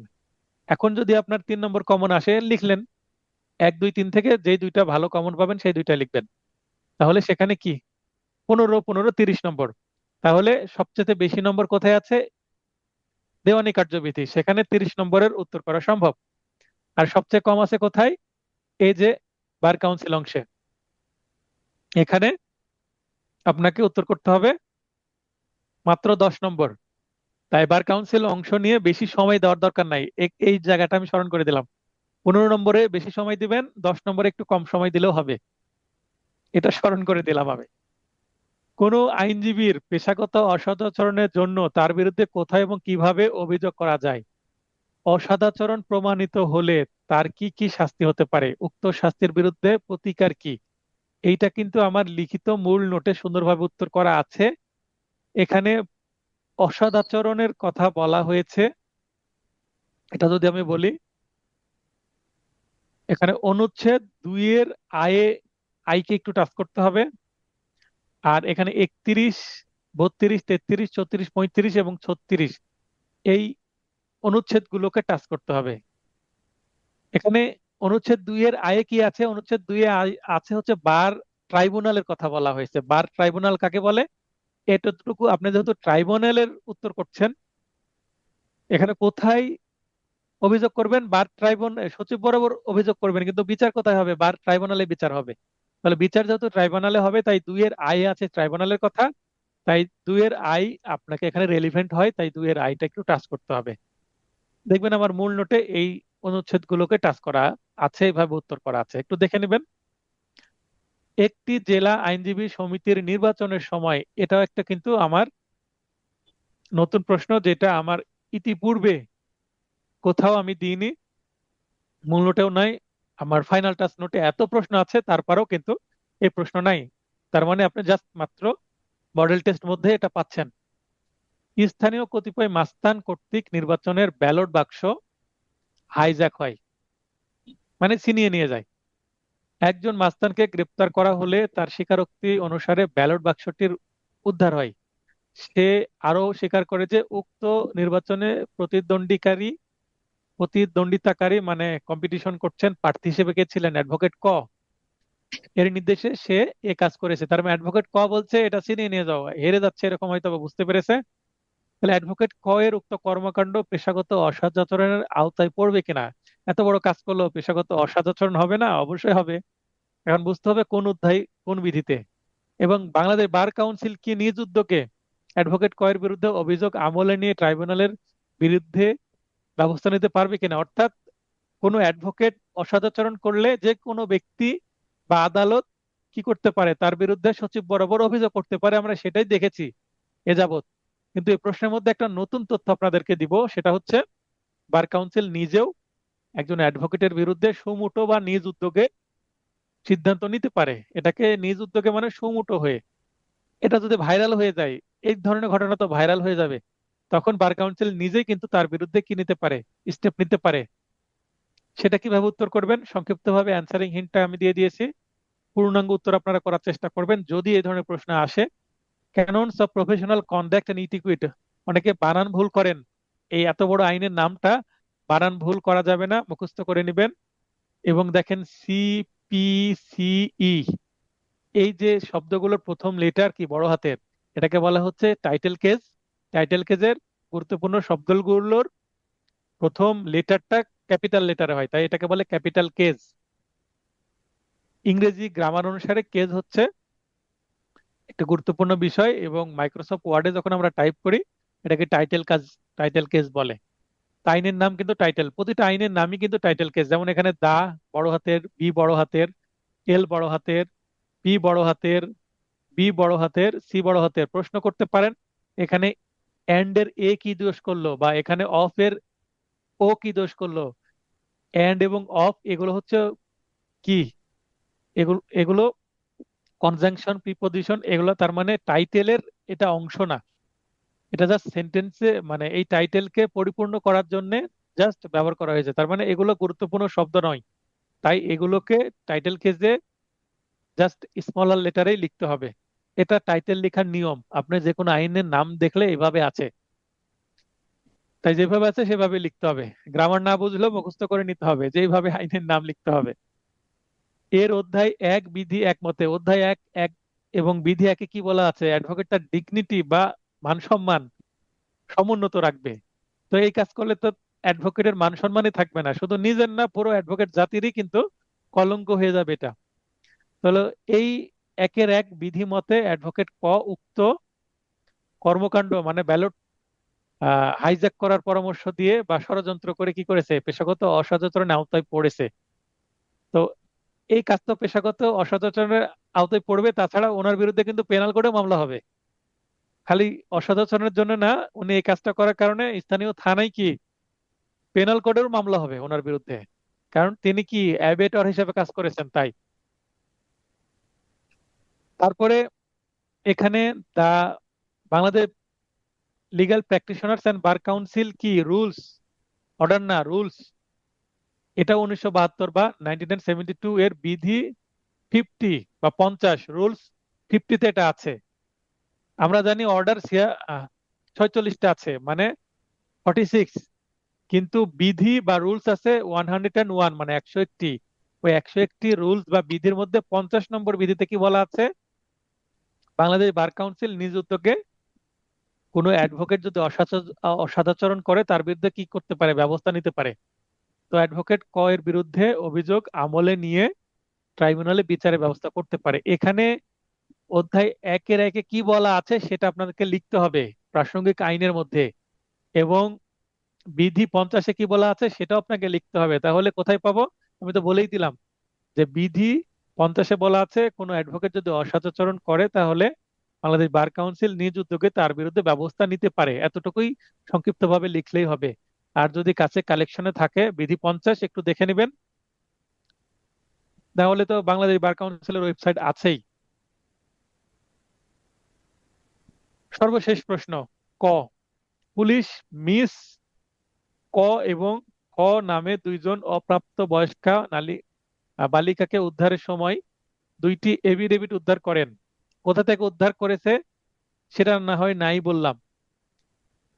যা দুইজন অ্যাডভোকেট শনাক্ত ও প্রত্যয়ন করেছে এই মর্মে যে তাদের বয়স 18 বছর। তাহলে দুইজনকে উদ্ধার করেছে, হয়তোবা তারা অল্প বয়সে বিয়ে করে পালাচ্ছিল, অথবা তাদেরকে দেহ ব্যবসার জন্য কোনো মহিলা কি করেছে, এফিডেভিট করিয়ে তার বয়স দেখিয়েছে 18, দেখে কোনো নিষিদ্ধ পল্লীতে নিয়ে যে দেহ ব্যবসা করাছে। তো এই দেহ ব্যবসা করানোর যে নিয়ামক হিসেবে ভূমিকা পালন করেছে দুইজন অ্যাডভোকেট। তারা কি করেছে, এফিডেভিট করে দিয়েছে। দুইজন না, 4জন অ্যাডভোকেট। 4জন অ্যাডভোকেট কে কে? 4জন হতে পারে, 3জনও হতে পারে। দুইজন অ্যাডভোকেট যিনি দুইজন শনাক্ত করেছেন, এবং এই নোটারি পাবলিক করেছেন যিনি, হয়তোবা দুইজন বালিকার ক খ দুইজনের নোটারি পাবলিক যদি একজনই করেন, ওই নোটারি পাবলিকও কিন্তু কি এখানে দায়ী। কিন্তু এখানে নোটারি পাবলিককে সরাসরি দায়ী করা যায় না। এই কারণে মনে করেন আমি অ্যাডভোকেট, আমি যদি একটা এফিডেভিট তৈরি করে দেওয়ার পরে যদি আমি সাইন করে কোনো নোটারি পাবলিকের সামনে নিয়ে যাই, তো আমি যেহেতু অ্যাডভোকেট, এটা আমি অ্যাটাস্ট করেছি, সত্যায়ন করেছি, এবং আমি শনাক্তকারী হিসাবে নিজেকে আহ, এখানে উপস্থিত করেছি নোটারি পাবলিকের সামনে, এবং নোটারি পাবলিক এটা কি করে দিবেন, নোটারি করে দিবেন। সাধারণত এটাই করে, যেহেতু অ্যাডভোকেট মহোদয় এখানে অ্যাটাস্টেড করেছেন, তা তিনি আর ভেরিফাই করেন না। তো নোটারি পাবলিককে এভাবে সরাসরি কি করা যাচ্ছে না, দোষী করা যাচ্ছে না। কিন্তু যে অ্যাডভোকেট যে যে অ্যাডভোকেট এটা করেছেন তাকে কিন্তু ডিরেক্ট এখানে ধরা যাবে। তিনি এটা অসদাচরণ অবশ্যই করেছেন এবং অন্যায়ও করেছেন। যদিও বর্তমানে তাদের বয়স 14 বছর। তাহলে 14 বছরের দুইটা মেয়েকে দুজন অ্যাডভোকেট কি করলেন, 18 বছর বলে চালিয়ে দিলেন এফিডেভিটের মাধ্যমে। এবং এটা প্রমাণিত হয়ে গেছে। কি দ্বারা প্রমাণিত হয়েছে? অথবা জন্ম সনদ থাকতে পারে, তাদের জন্ম সনদ অনুসারে, টিকা কার্ড অনুসারে হতে পারে। অ্যাডভোকেট জনাব চ যিনি মিস কে এবং জনাব স যিনি মিস কে শনাক্ত করেছেন, তার মানে কে অ্যাডভোকেট চ শনাক্ত করেছেন, মানে অ্যাটাচ করেছেন, এফিডেভিটটা করে দিয়েছেন, এবং কে অ্যাডভোকেট ছ, মানে দুই অ্যাডভোকেট দুইটা মেয়েকে কি করেছে, এফিডেভিট করে বয়স বাড়িয়ে দিয়েছে। বয়স বিষয়ে কিন্তু এফিডেভিট করা নিষিদ্ধ। বয়স কখনো পরিবর্তন করা যায় না। বয়স বিষয়ে গুরুত্বপূর্ণ ডকুমেন্ট কি? জন্ম নিবন্ধন, টিকা কার্ড। শিশুর হলে, যার এখনো জন্ম নিবন্ধন হয়নি, সেক্ষেত্রে তার বয়সের প্রমাণ কি? টিকা কার্ড। যদি কোনো মেডিকেলে জন্ম হয়, সেক্ষেত্রে মেডিকেল কিন্তু একটা বার্থ সার্টিফিকেট দেয় ডাক্তার, তো সেইটা যেখানে ডেলিভারি হয়। তারপর শিশুর টিকা কার্ড, জন্ম নিবন্ধন কার্ড, এবং আমরা বড় যখন হয়ে যাই তখন কি, জাতীয় পরিচয়পত্র বা এনআইডি, ন্যাশনাল আইডেন্টিটি কার্ড। এগুলো হচ্ছে আমাদের জন্মের গুরুত্বপূর্ণ তথ্য। এবং যখন যারা আমরা পড়াশোনা করে সার্টিফিকেট অর্জন করি, এসএসসির ডকুমেন্টে কি থাকে, জন্ম তারিখ দেওয়া থাকে, রেজিস্ট্রেশন কার্ডে থাকে, তারপরে সার্টিফিকেটে দেওয়া থাকে। ইন্টারমিডিয়েটে থাকে না, এসএসসিটা থাকে। যেহেতু এসএসসি কে আমরা কি করতে পারি, একটা গুরুত্বপূর্ণ প্রথম পাবলিক এক্সামিনেশন, আমরা ক্লাস 5 এবং ক্লাস 8টা ধরলাম না, কারণ চাকরির ক্ষেত্রে সেগুলো খুব একটা লাগে না।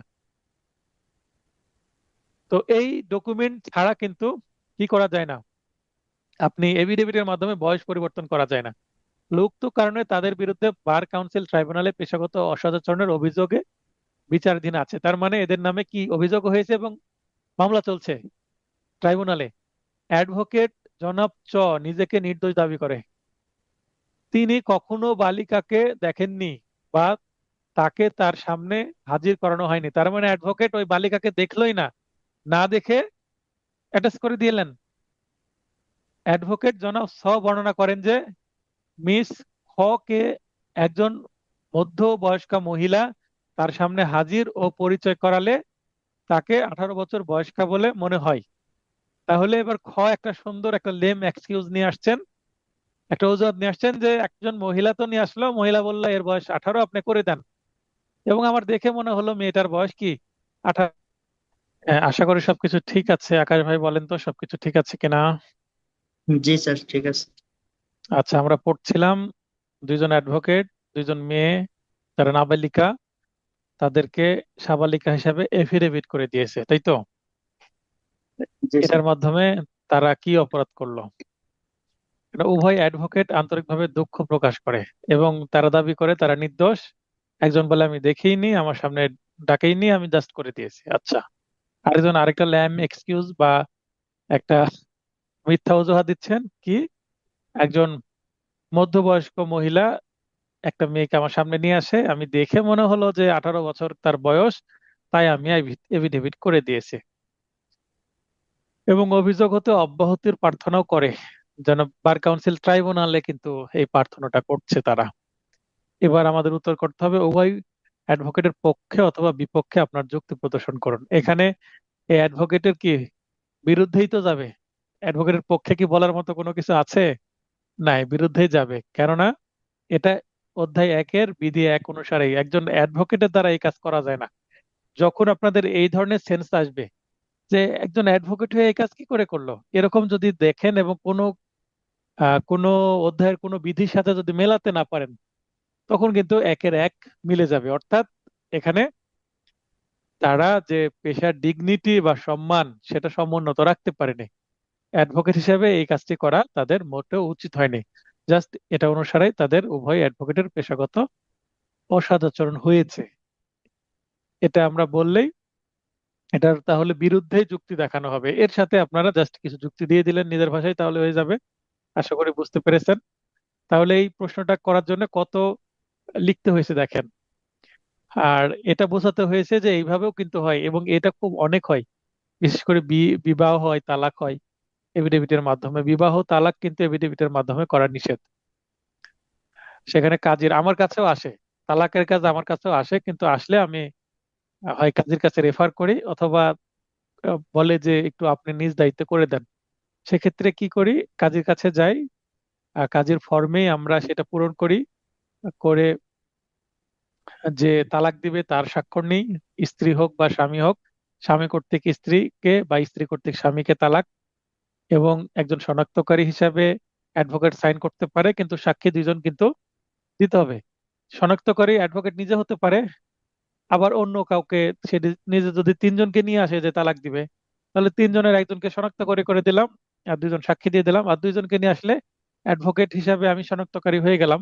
যদি দেখি প্রপারলি বিয়ে হয়েছে এবং তালাকটাও প্রপারলি হচ্ছে লিগ্যালি, সেক্ষেত্রে কোনো তো সমস্যা নাই। আর যদি প্রপারলি না হয় তাহলে এটা করি না, ফেরত পাঠিয়ে দিই, যে হবে না এটা। আবার অনেকের বিয়েই হয়নি, তার মানে কাবিননামা হয়নি, এফিডেভিটও হয়নি, জাস্ট এলাকায় মৌলবি দিয়ে বিয়ে হয়েছে, তারা তালাক করতে চায়। সেক্ষেত্রে বলি যে এইটা আমি করতে পারবো না। মৌলবি দিয়ে তালাক করছেন, মৌলবি দিয়ে মুখে মুখে কি করেন, তালাক তালাক তালাক উচ্চারণ করে তালাক দিয়ে দেন। এখানে আইনগত ভিত্তি তৈরি করার দরকার নাই। কারণ যার এইভাবে বিয়ে হয়নি, অন্তত স্বামী কর্তৃক তালাক দিতে যাওয়াটা কি হয়, রিস্ক হয়।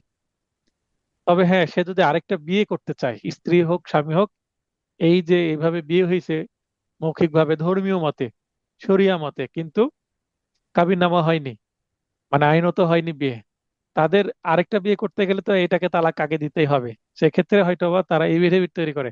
কাজীরা অনেক সময় কাবিননামা ছাড়া তালাক করে দিতে চায় না। অনেক সময় আমরা ওই বিষয়টা বুঝে কাজীকে কনভিন্সড করে ফেলি, অথবা কাজীকে বলে ফর্মটা দেন, আমরা এই কাজটা করছি। তখন পূরণ করে অ্যাডভোকেট হিসেবে শনাক্তকারী হিসেবে সাইন করলাম, দুইটা সাক্ষী এবং যে তালাক দিবে তার স্বাক্ষর নিয়ে প্রেরণকারী হিসাবে আমরা অ্যাডভোকেটের সিল ব্যবহার করি প্রেরক হিসাবে, অথবা যে তালাক দিচ্ছে তার নাম ঠিকানা দিয়ে দিই। এভাবেও করা যায়। তার মানে কাজীর যে তালাকের ফর্ম আছে, বিশেষ করে যে মুসলিম আইন যে অর্ডিন্যান্স 1961 সালে, সেটা 7 ধারাতে যেটা বলা আছে সে অনুসারেই হবে। আচ্ছা, তো এটা বলছিলাম একের এক অ্যাডভোকেট তার ডিগনিটি রক্ষা করছেন না, কাজী সাহেবদের যে ইনকাম সেটা কমিয়ে দিচ্ছেন। নতুন আইনজীবী হিসাবে আমিও অনেক সময় করেছি, তখন ইনকাম কম ছিল, বুঝে না বুঝে। দেখা যাচ্ছে যে, তবে হাইকোর্টের নির্দেশনা আসার পরে, যখন প্রচার আসলো আমি জানার পরে, আমি নিজে কখনো এই বিয়ের এফিডেভিট গুলো করিনি। তবে বিয়ের এফিডেভিট করলেও পাশাপাশি অবশ্যই কি কাবিননামা থাকতেই হবে, কাবিননামা করতে হবে। অনেকেই চাই যে আমরা এফিডেভিটে করব, একটা আলাদা ঘোষণাপত্র করব, কাবিননামা আছে তারপরও কিসের জন্য? সেফটির জন্য। আবার অনেকেই নব মুসলিম হয়, ভিন্ন ধর্মের দুইজন ব্যক্তি ধর্ম পরিবর্তন করে, হয়তোবা নারীটা হিন্দু থেকে মুসলমান হয়ে যাচ্ছে, ওই তারপর বিয়ে করবে। তো সেটা তো এফিডেভিটের মাধ্যমে করতে হয়, সেটা করে দিই তারপরে বিয়ে করে দিই, তাহলে এফিডেভিট একটা হয়ে যায়। তো কোনটা করা যাবে কোনটা করা যাবে না সেটা বুঝে কাজ করতে হবে অ্যাডভোকেট হিসেবে, না হলে অসৎ আচরণ হয়ে যাবে। তো যদি বুঝতে না পারেন, অন্তত একের এক দিয়ে দিবেন। একের একটা অনেক সময় কমন চলে আসতে পারে। হ্যাঁ, নিকা রেজিস্ট্রি করতে হবে, সেটাই বিবাহ রেজিস্ট্রি বলছি, কাবিননামার মাধ্যমে। কাজী সাহেবের এটা হক। তারা লাইসেন্স করে কি করার জন্য? বিয়ের রেজিস্ট্রেশন করতে, তালাকের নোটিশ দিতে এবং তালাক রেজিস্ট্রি করতে। এটাই তো তাদের ইনকামের জায়গা। আর সেই জায়গায় যদি আমরা অ্যাডভোকেটরা খেয়ে নিই তাহলে কি হবে? আচ্ছা, অ্যাডভোকেট জনাব এম অধস্তন আদালতে জমজমাট ভাবে ফৌজদারি মামলা করেন, মানে ক্রিমিনাল লয়ার। তিনি 3 জন ক্লার্ক নিয়োগ করেন। তাদের মধ্যে একজনকে রেলওয়ে স্টেশনে, একজনকে বাস স্ট্যান্ডে এবং একজনকে জেলার একটি থানায় মক্কেল সংগ্রহের জন্য দায়িত্ব বন্টন করে দিয়েছেন, যে তোমরা 3 জন এই জায়গায় কাজ করো, মামলা নিয়ে এসে দিলে তোমাদের কি দেবো? মোটা অঙ্কের একটা বকশিশ দেব। তার মানে দালালি করছে তারা। এই অ্যাডভোকেট মামলা সংগ্রহের জন্য 3 জন ক্লার্কের সহিত তার ফি ভাগাভাগিও করে নেন, সেটাও নিষেধ আছে। তার এমন কর্মকাণ্ডের বিরুদ্ধে যথাযথ আইনের বিধান উল্লেখপূর্বক একটি দরখাস্ত মোসাবিদা করুন। ক্যাননস অফ প্রফেশনাল কন্ডাক্ট অ্যান্ড ইটিকুইট এর অধ্যায় 1-এর বিধি 3-3-এ বলা আছে এই কথা, যে পেশায় এমন ব্যক্তিকে নিযুক্তি দেওয়া যাবে না যাদের এই পেশায় এইভাবে কাজ করার সুযোগ নেই। অর্থাৎ আপনি অ্যাসোসিয়েট হিসাবে একজন অ্যাডভোকেটকে নিতে পারবেন, অথবা একজন কি নিতে পারবেন? জুনিয়রকে নিতে পারবেন, শিক্ষানবিশকে নিতে পারবেন, বা আপনি মুহুরিকে নিতে পারবেন। কিন্তু মামলা সংগ্রহের জন্য এই ধরনের কাজ করা যাবে না। তাহলে এই মতে তিনি কিন্তু পেশাগত অসদাচরণ করেছেন। তাহলে উক্ত বিষয়ে সচিব বরাবর একটি দরখাস্ত মোসাবিদা করতে হবে। তাহলে এতটুকু কি হলো? প্রবলেমেটিক অংশের উত্তর হলো। এরপরে আপনাকে মোসাবিদাটা ডান করে দিতে হবে। মোসাবিদা কোথায় আছে? আমার মূল নোটেও আছে, আমার ফাইনাল টাচ নোটেও আছে সুন্দর করে, আবার যে কোনো গাইডেও পেয়ে যাবেন। এবার আমরা চলে যাই প্রশ্নোত্তর পর্বে। আজকের যে মডেল টেস্ট 2 এর আমি সমাধান করলাম, এইটা আমি ভিডিওর থাম্বনেলে চূড়ান্ত মডেল টেস্ট হিসেবে দেখাবো। এটার প্রশ্ন সমাধান করলাম, মাঝখানে কিছু গুরুত্বপূর্ণ টিপস দিলাম বা পরামর্শ দিলাম, এবং আপনাদের সবার প্রতি, যারা 28 জুন বার কাউন্সিল অ্যাডভোকেট তালিকাভুক্তের লিখিত পরীক্ষা 2025-এ অংশগ্রহণ করবেন, সবার প্রতি আমার দোয়া থাকলো, ভালোবাসা থাকলো, শুভকামনা থাকলো চিরন্তন। এবং এই শুভকামনা দোয়া সারা জীবনের জন্য থাকবে, চিরদিনের জন্য থাকবে, যেন আপনারা এই পেশায় আসতে পারেন সহজে। অর্থাৎ লিখিত পাশ করেন আপনারা, আপনারা ভাইবা ফেস করেন, ভাইবা পাশ করেন, তারপরে অ্যাডভোকেট হিসাবে আপনারা সম্মানের সহিত এই 42টা ক্যাননস পালন করে সুন্দরভাবে আপনারা পেশায় মর্যাদার সাথে দক্ষ অ্যাডভোকেট হিসাবে যেন প্রতিষ্ঠা লাভ করতে পারেন, সেই দোয়া এবং শুভকামনা আমার চিরদিনের জন্য আপনাদের প্রতি থাকবে। এবং যে কোনো প্রয়োজনে আপনারা আমাকে মেসেজ করতে পারবেন। 24 ঘন্টা আমার হোয়াটসঅ্যাপ খোলা থাকে, আপনারা মেসেজ করবেন। আমি মেসেজ যখন দেখবো সেটা উত্তর করার চেষ্টা করব। কালকে সারাদিন আমি একটি বিশেষ কাজে ব্যস্ত থাকলেও আপনারা আমাকে সারাদিন যে কোনো সময় মেসেজ করতে পারেন আপনার সমস্যাগুলো। এবং সন্ধ্যা 7:30টার পর থেকে আমি আবার হোয়াটসঅ্যাপে অডিও কলে অ্যাভাইলেবল হব। আগামীকালকে সন্ধ্যা 7টার পর থেকে আমাকে রাত 10টা পর্যন্ত পাবেন। আমি আপনাদেরকে বলবো আজকে হয়তোবা রাত 12টা 1টা পর্যন্ত হয়তোবা আপনারা জেগে থাকতে পারেন যদি সম্ভব হয়, অসুস্থ যদি না হন। কিন্তু শুক্রবার মানে আগামীকাল আপনারা 10টার মধ্যেই ঘুমিয়ে যাওয়ার চেষ্টা করবেন। তাহলে সকালে ঘুম থেকে ওঠার কি থাকবে না, টেনশন থাকবে না। পারলে আরো আগে ঘুমিয়ে যান। আর আমার সাথে কোনো কথাবার্তা থাকলে 7:30 থেকে 10টার মধ্যে সেরে নেবেন। কালকে 7:30 থেকে 10টা পর্যন্ত আমি টানা কথা বলবো সবার সাথে, এবং কালকে দুপুরেও আমি দু একজনের সাথে কথা বলবো আমার কাজের ব্রেকে। এবং রাত্রে আজকে কয়েকজনকে অ্যাপয়েন্টমেন্ট দেওয়া আছে, যারা মেসেজ করেছিলেন কথা বলার জন্য, তাদেরকে ক্লাস শেষে এই ভিডিওটা আপলোড হতে থাকবে। অলরেডি ভিডিওর 2টি অংশ 40-40-80 মিনিট এডিট করে রাখা আছে, জাস্ট এই অংশটুকু অ্যাড হয়ে যাবে। ভিডিওটা আপলোড হতে থাকবে। এইদিকে আমি মনিরুল ভাইকে প্রথমে আমি সময় দিব, তারপরে আমি আরো কিছু ব্যক্তিকে সময় দিব যারা মেসেজ করেছিলেন। তারপরে কালকে যদি সকালে ঘুম থেকে উঠতে পারি, সকালে আমি সুযোগ দিব কথা বলার, অথবা দুপুরে দু একজনকে সময় দিব। আর 7টা বা 7:30 থেকে বা 6:30 থেকে আমি সময় দিব। আমি গ্রুপে বলে দিব যে আমি এখন থেকে অ্যাভাইলেবল, বিকেলে হয়তো বা মেসেজ দিয়ে দিব বা সন্ধ্যায়। তারপরে আমি কথা বলবো। অনেকের অনেক প্রশ্ন থাকে, মেসেজ করলে সবচেয়ে ভালো হয়, কারণ আমি যেখানেই থাকি ব্যস্ত থাকলেও সারাদিন মেসেজের উত্তর দিতে পারবো। আচ্ছা, আমি সবাইকে লাইনে আসার সুযোগ করে দিচ্ছি। যে কেউ লাইনে আসতে পারবেন, এসে কথা বলতে পারবেন। যারা হাত উত্তোলন করতে পারছেন তারাও, যারা পারছেন না তারাও। তবে যারা হাত উত্তোলন করেছেন তাদের সাথে আগে কথা বলে নিই। আব্দুল কুদ্দুস ভাই, দ্রুত লাইনে আসেন, জি, বলেন। আসসালামু আলাইকুম স্যার। ওয়ালাইকুম আসসালাম। আপনি অনেকদিন কথা বলেননি, তবে হ্যাঁ, আপনি ক্লাস চলাকালীন মেসেজ দেন, তার মানে বোঝা যাচ্ছে আপনি পড়াশোনা করছেন। ইনশাল্লাহ এবার আপনার প্রস্তুতি ভালো, আমি বুঝতে পারছি। পাশ হয়ে যাবে, টেনশনের কোনো কিছু নাই, ভয়ের কোনো কিছু নাই, বলেন। জি স্যার, ইনশাল্লাহ স্যার। স্যার ওই যে 3 নম্বর প্রশ্নটা, 3-এর খ, হুম হুম। 3-এর খতে স্যার আমরা তো নয় আরজি আর আরজির এক বিধি পড়লে দেখি যে কজব অ্যাকশন উল্লেখ করতে হইব। কজব অ্যাকশনে তো তারিখ থাকে, ইয়ানে তো স্যার তারিখ নাই। কত তারিখে সে অস্বীকার করলো? তারিখ বানিয়ে দিবেন। একটা দিয়ে দিলে হইব না? হ্যাঁ, দিয়ে দিল। তারিখ বানিয়ে দিবেন। এখানে তো কোনো তারিখই উল্লেখ করা নাই, কবে চুক্তি হলো কবে কি হলো, তাহলে তারিখ বানিয়ে দিতে হবে। আর যদি প্রশ্নে তারিখ চলে আসে বা সাল চলে আসে তাহলে তো হয়ে গেল। জি, তারিখটার জন্য, এটার জন্যই স্যার যে গজব আচ্ছা, অ্যাকশন তো আমি দেখতেছি না। ঠিক আছে, খুব গুরুত্বপূর্ণ প্রশ্ন করেছেন, ধন্যবাদ। তাহলে কজ অফ অ্যাকশনে যদি তারিখ না থাকে, আপনি, যেহেতু আমার ড্রাফটিং এর একটা ফরম্যাট আছে, কজ অফ অ্যাকশন দেখাতে হবে, তাহলে আপনার একটা জি বানানো তারিখ দিয়ে দিবেন, তাহলে হয়ে গেল। এবং হ্যাঁ, জি স্যার। কজ অফ অ্যাকশন থেকে আপনাকে 1 বছরের মধ্যে মামলা করতে হবে, কারণ এটা চুক্তি প্রবলের মামলা, যদিও নেতিবাচক। জি, একশো একশো সেক্ষেত্রে তেরো মোতাবেক স্যার, 113। হ্যাঁ, হ্যাঁ, তাহলে আপনাকে 1 বছরের মধ্যে যেহেতু মামলা করতে হবে, তাহলে আপনি যদি ড্রাফটিং এর তারিখ দেন হচ্ছে এই জুন মাসের 26 বা 28 তারিখ, আজকে 26 তারিখ, 26 তারিখ দেখাতে পারেন বা 28 তারিখ দেখাতে পারেন 2025, তাহলে আপনি দেখাবেন কজ অফ অ্যাকশন। এই কত মাসে দেখাবেন? মে মাসে কজ অফ অ্যাকশন দেখাই দিবেন। তার মানে 1 বছর অপেক্ষা করব না, 1 মাসের মধ্যে আমরা মামলা করে দিয়েছি, এরকম দেখাবেন। ঠিক আছে? জি স্যার। তাহলে রিস্ক হবে না। যে কোনো মামলায় কজ অফ অ্যাকশন থেকে আপনারা 1 মাসের মধ্যে করার চেষ্টা করবেন বা 2 মাসের মধ্যে মামলা করার চেষ্টা করবেন, তাহলে কোনো মামলাই আর কি হবে না, তামাদিতে বাড়িতে হবে না, আপনার এই ড্রাফটিং এর প্রসিডিউরাল মিস্টেক হবে না। আর জি প্রশ্ন স্যার। আছে আপনার?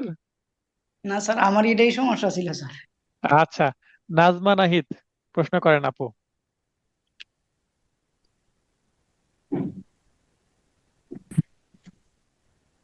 বলেন, লাইনে আছেন আপনি। সালাম স্যার। হ্যাঁ, ওয়ালাইকুম আসসালাম।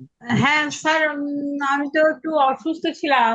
আবার বাড়ি ঢাকায় এসে আবার বাড়িতে গিয়েছিলাম। বাড়ি থেকে গেছি, এর মধ্যে কারেন্ট নাই, এর মধ্যে শুধু একটা মডেল টেস্ট হয়েছে একটা, ঢাকায় আসার পরে দেখছি। যাই হোক, মানে ওর মধ্যে আমার মোবাইলের চার্জে ছিল না। 2 দিন চার্জ দিতে পারি নাই। কিন্তু আমার চোখের অবস্থাও স্যার ভালো না। আমার ব্যক্তিগত বিষয় একটু বলি। আপনি প্রশ্ন আমার করেন, চোখটা তো, প্রশ্ন করেন। ব্যক্তিগত বিষয়ে পরে আলাপ হবে, আগে প্রশ্ন করেন, কারণ ভিডিও লেন্থ বেড়ে যাচ্ছে। ও আচ্ছা আচ্ছা, sorry sorry sir, sorry sir. আচ্ছা স্যার, আমাদের একটা ক্লাস টেস্ট 3 ছিল। 3 স্যার, 6 নম্বর প্রশ্নে আমার একটু জিজ্ঞাসা ছিল স্যার, ওটা কি একটু দেখা যাবে? না, ক্লাস শেষে আপনাকে আলাদা সময় দিচ্ছি, এটার বিষয়ে প্রশ্ন থাকলে বলেন। ও আচ্ছা, এটা বলছি প্রশ্ন নেই। আচ্ছা, একটা জিনিস স্যার, 8 ধারার মামলা 9 ধারার মামলা একই সাথে কি চলা যায়? চলতে পারে নাকি স্যার? ধরেন একজন না, কখনো কখনো চলতে পারে না। উদাহরণ দেওয়ার দরকার নাই, কখনো চলতে পারে না। ও মানে আমি বলতে চাচ্ছি স্যার, ধরেন একজন তার সত্ত্ব নেই, সে দখলে আছে। উদাহরণ দখলে উদাহরণ দেওয়ার দরকার নাই, চলতে পারে না, আমি তো স্টেটমেন্ট দিয়ে দিলাম। আচ্ছা স্যার। আচ্ছা, আর প্রশ্ন আছে ওকে আপনার? স্যার। না স্যার, স্যার। ঠিক আছে, ক্লাস শেষে আপনি মেসেজ দেন কোন কোন জায়গায় প্রবলেম আছে ক্লাস টেস্ট 3-র, আমি সেটা আপনাকে জবাব দিয়ে দিচ্ছি।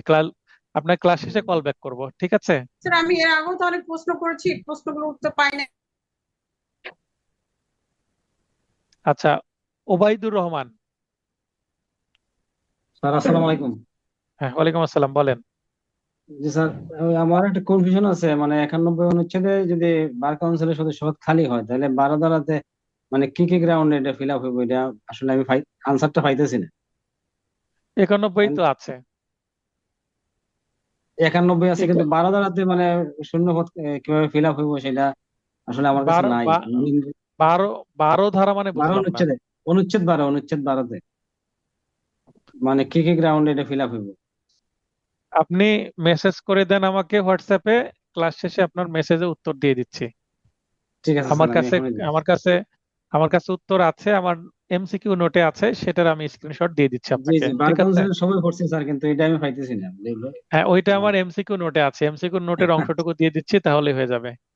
ঠিক আছে স্যার, আমি মেসেজ দিচ্ছি এখন। আর কোনো ওকে, প্রশ্ন আছে আসসালাম। আপনার? না স্যার, থ্যাংক ইউ স্যার। প্রশ্ন প্রশ্ন থাকলে প্রশ্ন বের হলে মেসেজ করেন, ঠিক আছে স্যার। ঠিক আছে? আর একটা আমি কথা উত্তর হলো দিয়ে স্যার, দেওয়ার দোয়া চেষ্টা করবেন করবো। আমাদের জন্য, হ্যাঁ, দোয়া করবেন অবশ্যই সবার ইনশাআল্লাহ। জন্য দোয়া আছে। আমি টিচার হিসেবে সবার জন্য দোয়া আছে। চেষ্টা জি স্যার, যথেষ্ট জি স্যার। করলাম, সাধ্যমতো চেষ্টা করলাম। কিছু জি স্যার, লিমিটেশনস থাকে একা মানুষ হিসাবে, সেটা একটু মেনে নিয়ে জি ক্ষমা স্যার। সুন্দর দৃষ্টিতে দেখবেন। জি, না না, তবে ঠিক আছে আমার স্যার, আপনি। আমার আমার যে নির্দেশনাগুলো আছে এবং রিভিশন ক্লাসে 10টা ভিডিও আছে, কোনো জায়গায় যদি জি কোনো জায়গায় প্রবলেম হয় সংশ্লিষ্ট ভিডিও দেখে নেবেন, তাহলে কিন্তু অনেকটা উপকৃত হবেন। এবং যারা ইউটিউবে ভিডিও জি স্যার। দেখবেন, ড্রাফটিং নিয়ে যাদের সমস্যা আছে, দেখবেন আমার 2টা ভিডিও আছে, ড্রাফটিং এর উপরে 2টা ভিডিও আছে, এবং একটা সিভিল, এখানে 2 নম্বর এবং 3 নম্বর ভিডিও রিভিশন ব্যাচের, সেই ভিডিওগুলো দেখলে ড্রাফটিং নিয়ে সব কিন্তু সলভ হয়ে যাবে। ওইটাই অনেকের স্যার। কোড বুঝতে পারেন না, মামলার ধরন বুঝতে পারেন না, সেই ক্ষেত্রে কিন্তু আমি খুব সুন্দরভাবে সিভিল এবং ক্রিমিনাল ড্রাফটিং দিয়ে দিয়েছি। যদিও আমার আগের ভিডিও ছিল, 2022 সালে ভিডিও ছিল, 23 সালে ছিল, 24 সালের ভিডিও ছিল, এবং 25 সালে এসেও ভিডিও ছিল আমার মূল নোটের। এবং জি স্যার। পঞ্চম ভিডিও হিসাবে কিন্তু ড্রাফটিং এর উপরে এই যে ফাইনাল টাচ নোট আমি করেছি, চমৎকার নোট, আমি নিজেই স্যাটিসফাইড। এই নোটটা সেকেন্ড এডিশনে আসলে আরো অনেক চমৎকার হবে। জি স্যার। তো এটা অনেক প্রশংসা অনেকের আমি শুনেছি আপনারা করেছেন, তো এটা আশা করি জি আপনাদের কাজটা সহজ হয়েছে। ড্রাফটিং নিয়ে জি স্যার। টেনশন করার কারণ নেই, আমার এর বাইরে ড্রাফটিং আসার সম্ভাবনা নাই।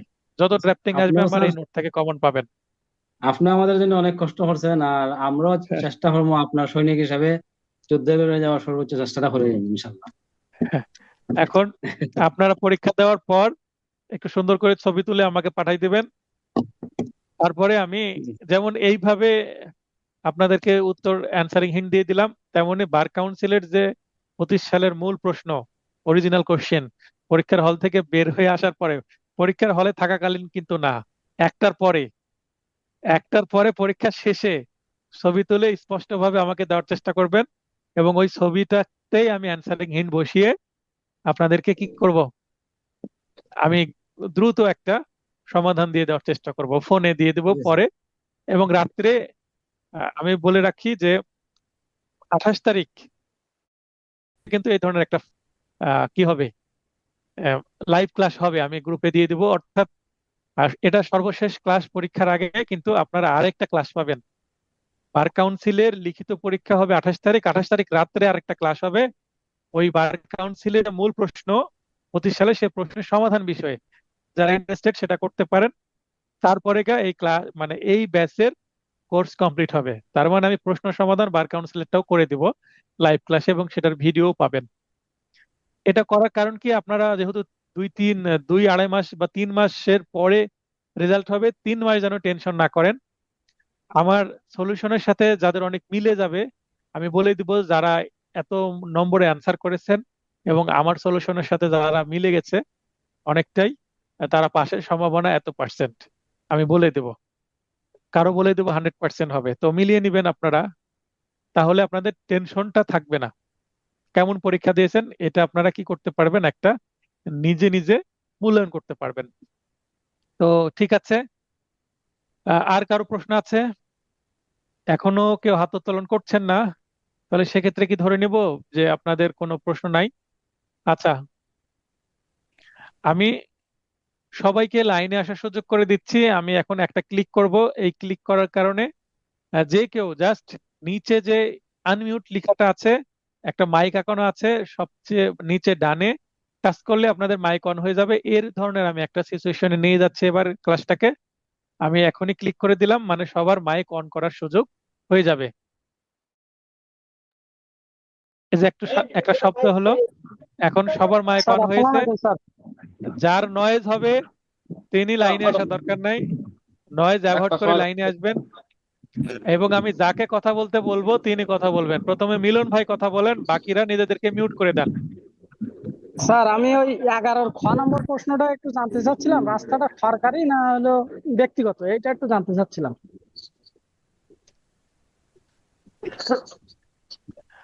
এখানে রাস্তাটা বেসরকারি হিসেবে আমরা উত্তর করেছি, ঠিক আছে। যদি জি সরকারি জি হয় স্যার। সরকারিটা উল্লেখ থাকবে। হ্যাঁ, এখন জি আপনি স্যার।